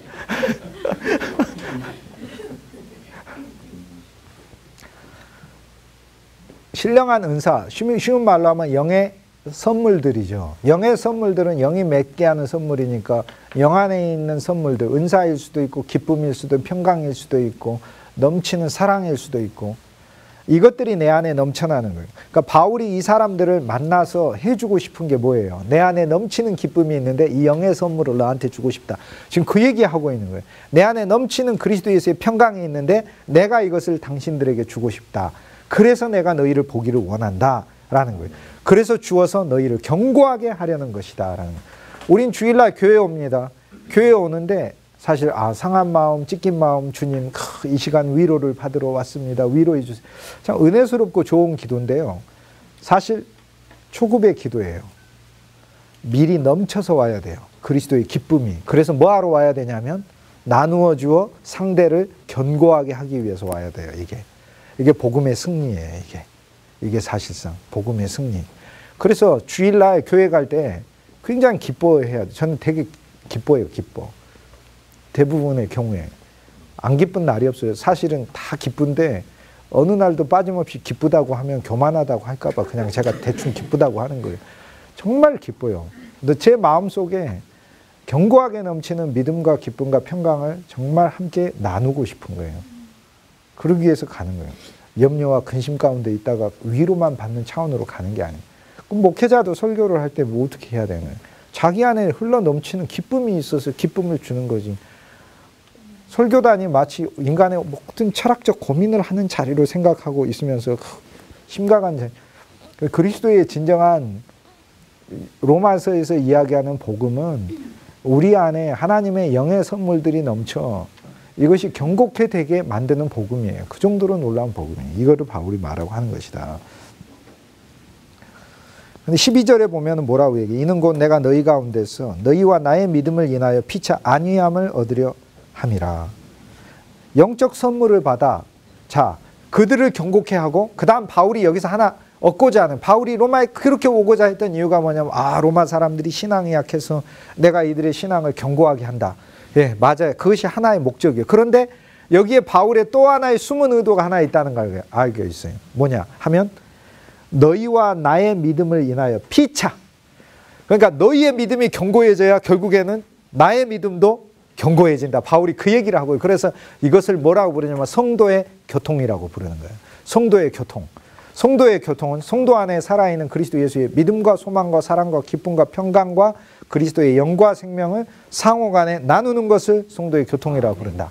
그러니까 오늘날 우리의 예배는 이 복음을 마음껏 누려 이 수준까지 나가야 되는 거예요. 우리의 예배는 우리 안에 피차, 전하는 자나 듣는 자나 찬송 부르는 자나 또는 기도하는 자나 모두 가운데 그 가운데 영의 은사들이 넘쳐 서로를 견고하게 하고 서로가 서로에게 위로가 되기 위해 그 단계까지는 이게 바울의 영이에요. 바울은 지금 뭐 이야기하냐면 나는 너희들한테 나가서 너희 믿음을 견고하게 된다. 그래야 내 믿음이 견고하게 된다. 지금 그 얘기를 하는 거예요. 그래야 나도 내 믿음이 견고하고 그래야 나도 살아계신 하나님을 간증할 수 있게 된다. 안 그러면 나의 믿음도 연약해진다. 지금 그 얘기를 하고 있는 거예요. 성도의 교통을 얘기를 하는 거예요. 13절에 형제들아 내가 너희에게 여러 번 가고자 한 것을 즉 복음의 전달자를 말하는 거죠. 바울이 복음의 전달자니까. 즉 그리스도의 복음이라는 것 자체가 우리 심령에 오기까지 로마인인 내 심령에 오기까지 많은 방해가 있을 수밖에 없다는 것을 얘기하는 거죠. 내가 여러 번 너희에게 가고자 한 것을 너희가 모르기를 원치 아니하노니 실은 주님께서는 많은 복음의 사자들을 통해 우리 속에 깊은 복음이 전해지기를 사실 바라고 계셔요. 그것은 바로 우리 중에서도 다른 이방인에서와 같이 열매를 맺게 하려 함이라. 영의 10가지 열매, 성령의 10가지 열매들 얻게 하려 함이라. 그러나 지금까지 길이 막혔도다. 로마에 가고자 했으나 사탄의 방해 또는 하나님의 때가 아니어서 아직 가지 못했어요. 그러나 결국에 로마서를 통해 바울의 영이 먼저 왔고 바울 자신이 나중에 육신의 고난을 통해 바울의 몸은 나중에 오게 되는 거예요. 바울의 영과 복음이 먼저 오고 바울의 육신과 몸은 나중에 오는 거예요. 그렇죠. 사도행전 28장에. 그런데 바울의 영과 복음이 먼저 오기까지도 많은 사탄의 방해가 있었고 바울 자신이 와서 그들 안에 성도의 교통을 온전히 누리기까지도 방해가 있었어요. 그러나 바울이 말하는 바는 이 편지를 쓰고 있을 때 이미 마침내 왔다는 거예요. 영과 복음이 왔다는 거예요. 자, 그리스도 예수의 복음이 우리에게 전달되기까지 그냥 전달된 게 아니에요. 수많은 고난과 어려움과 피해 과정을 통해서 전달된 것을 알 수 있어요. 많은 복음의 방해가 있었으나 바울과 같은 이의 기도를 통해 이 복음이 살아있는 이 복음이 전달되어 우리에게 왔다. 오늘 우리 심령에 그리스도의 복음이 들어온 것은 누군가의 기도를 통해 우리에게 온 것이다. 그 많은 장애들을 뚫고 오게 한 것이다 라는 것을 알 수 있습니다.